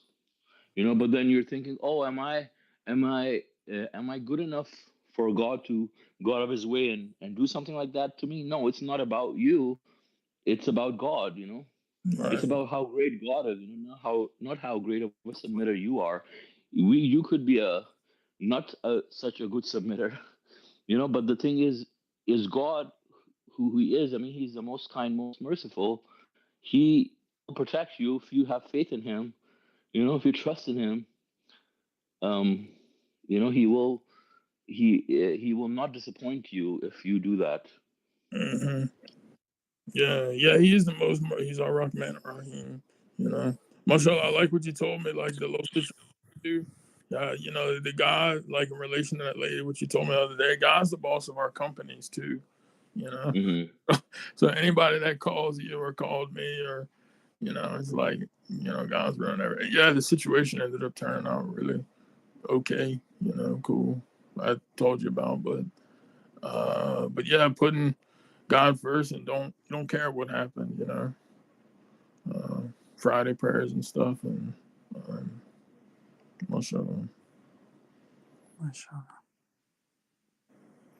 Also, your submission to God. If God says that insurance is prohibited, that is not allowed, then you just submit.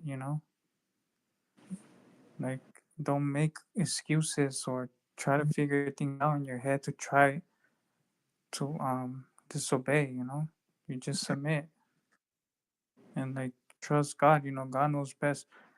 And plus, like Brother Suleman just said, like if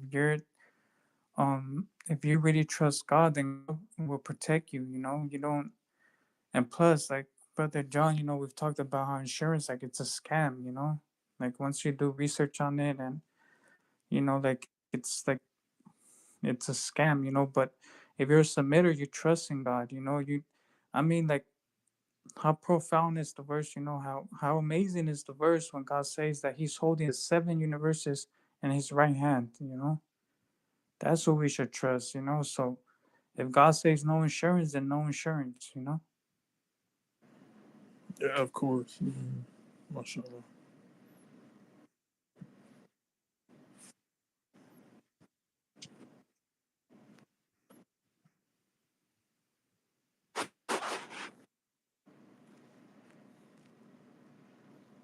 Yeah, I mean, I think, mashallah, that's a good thing to think about. Like the trusting in God in our life. Like people are living always in fear, even when people become submitters. There's so many people just always afraid of something. Fear of some sort. That Satan, and that shows how Satan is actively trying to prey on them. Just to get you from one angle or another. Like he says he's going to come from the right and left and front and back, right? So he comes from all different angles. Yeah, he'll promise them like fear of losing something, but I think for me too, man. Once you give up completely, like whatever the however the verse says, like would they not give up? And it's a nice verse, but like you completely give up, like all attachment, worldly, like you don't care about any of these, and kind of like my zikr in the past for the past 3 weeks. Mashallah, I'm gonna try to print out a new little paper for my wall back home. But like, it's been the temporary. I just did a sermon, me and brother Raphael did about the temporariness of this life, and the day of judgment is like right around the corner, and like all these things are just illusions. And like all the verses in the Quran that talk about this, and so money, wealth, whether gained or lost, it doesn't even matter. All that matters is uh, complete submission to God, and um, may God help us and make our test easy to, or at least passable. Because it's and to keep purifying us. Because like even that video you shared the other day, man, like that guy who said, "I came into the world with nothing, and I'm gonna leave with nothing." Right. But no, it was like he was even. It's like he was bearing witness to these facts. People bear witness to the facts, but they don't really know what's coming after, so they're not going to prepare. I mean, they're not going to. I mean, if you don't know a storm is coming, a very very heavy storm or heavy day that's going to bring storm, you're not going to build. I mean, no one's going to spend their time building a shelter to be protected on that day. I mean, the people. I mean, that's essentially what we're doing. I mean, even by being here. I mean, we hope that it holds. Hope that God helps us and has mercy. You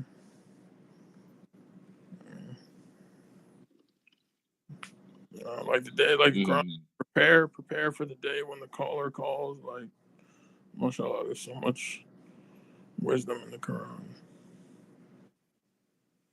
Yeah, Surah Mm. 50. Mashallah. Mashallah, Brother Suleiman, like you said, Brother Suleiman, like you said, um, you know, the, like the devil is so tricky. Like you Mm. say, it would come from the right, like the Quran says, from the left. He would try to find something. Like that's why, like we were talking about, so important, like to trust in God, and to um consistently seeking refuge in God. All the verses in Quran, the last two verses of Quran, and just keep seeking refuge in God. Because we must, like the Quran says, we must treat Him like an ardent enemy. And never um, never put our guard down. Mm. And because God is the only one that could protect us. From such an enemy.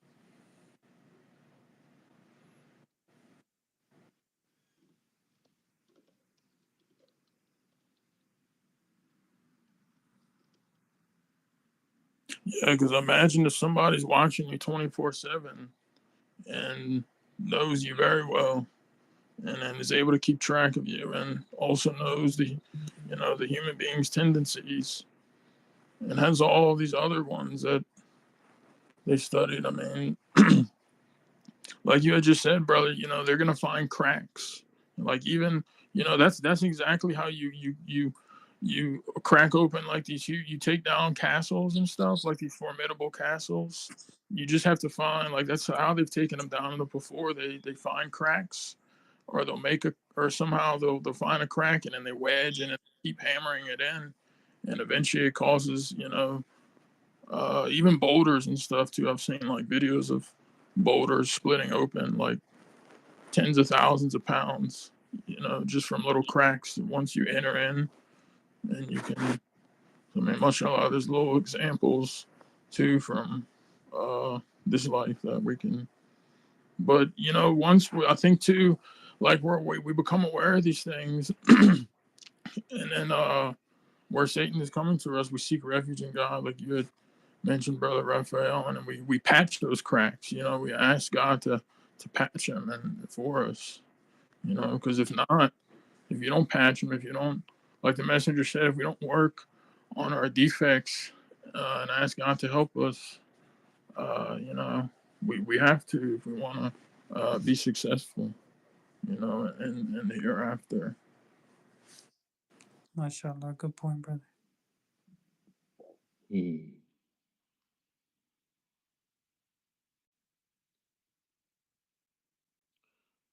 Inshallah. Are there any other comments or questions before we, God willing, conclude the study?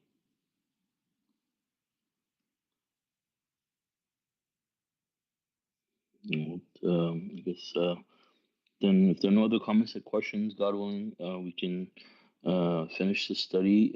Thank you all for joining us, and thank you, Brother John, for leading the study. God willing, our next English Quran study would be on Saturday at 9:30 a.m. Pacific time. God bless you all. Assalamu alaikum. God bless you all. Assalamu alaikum. God bless you all. Assalamu alaikum.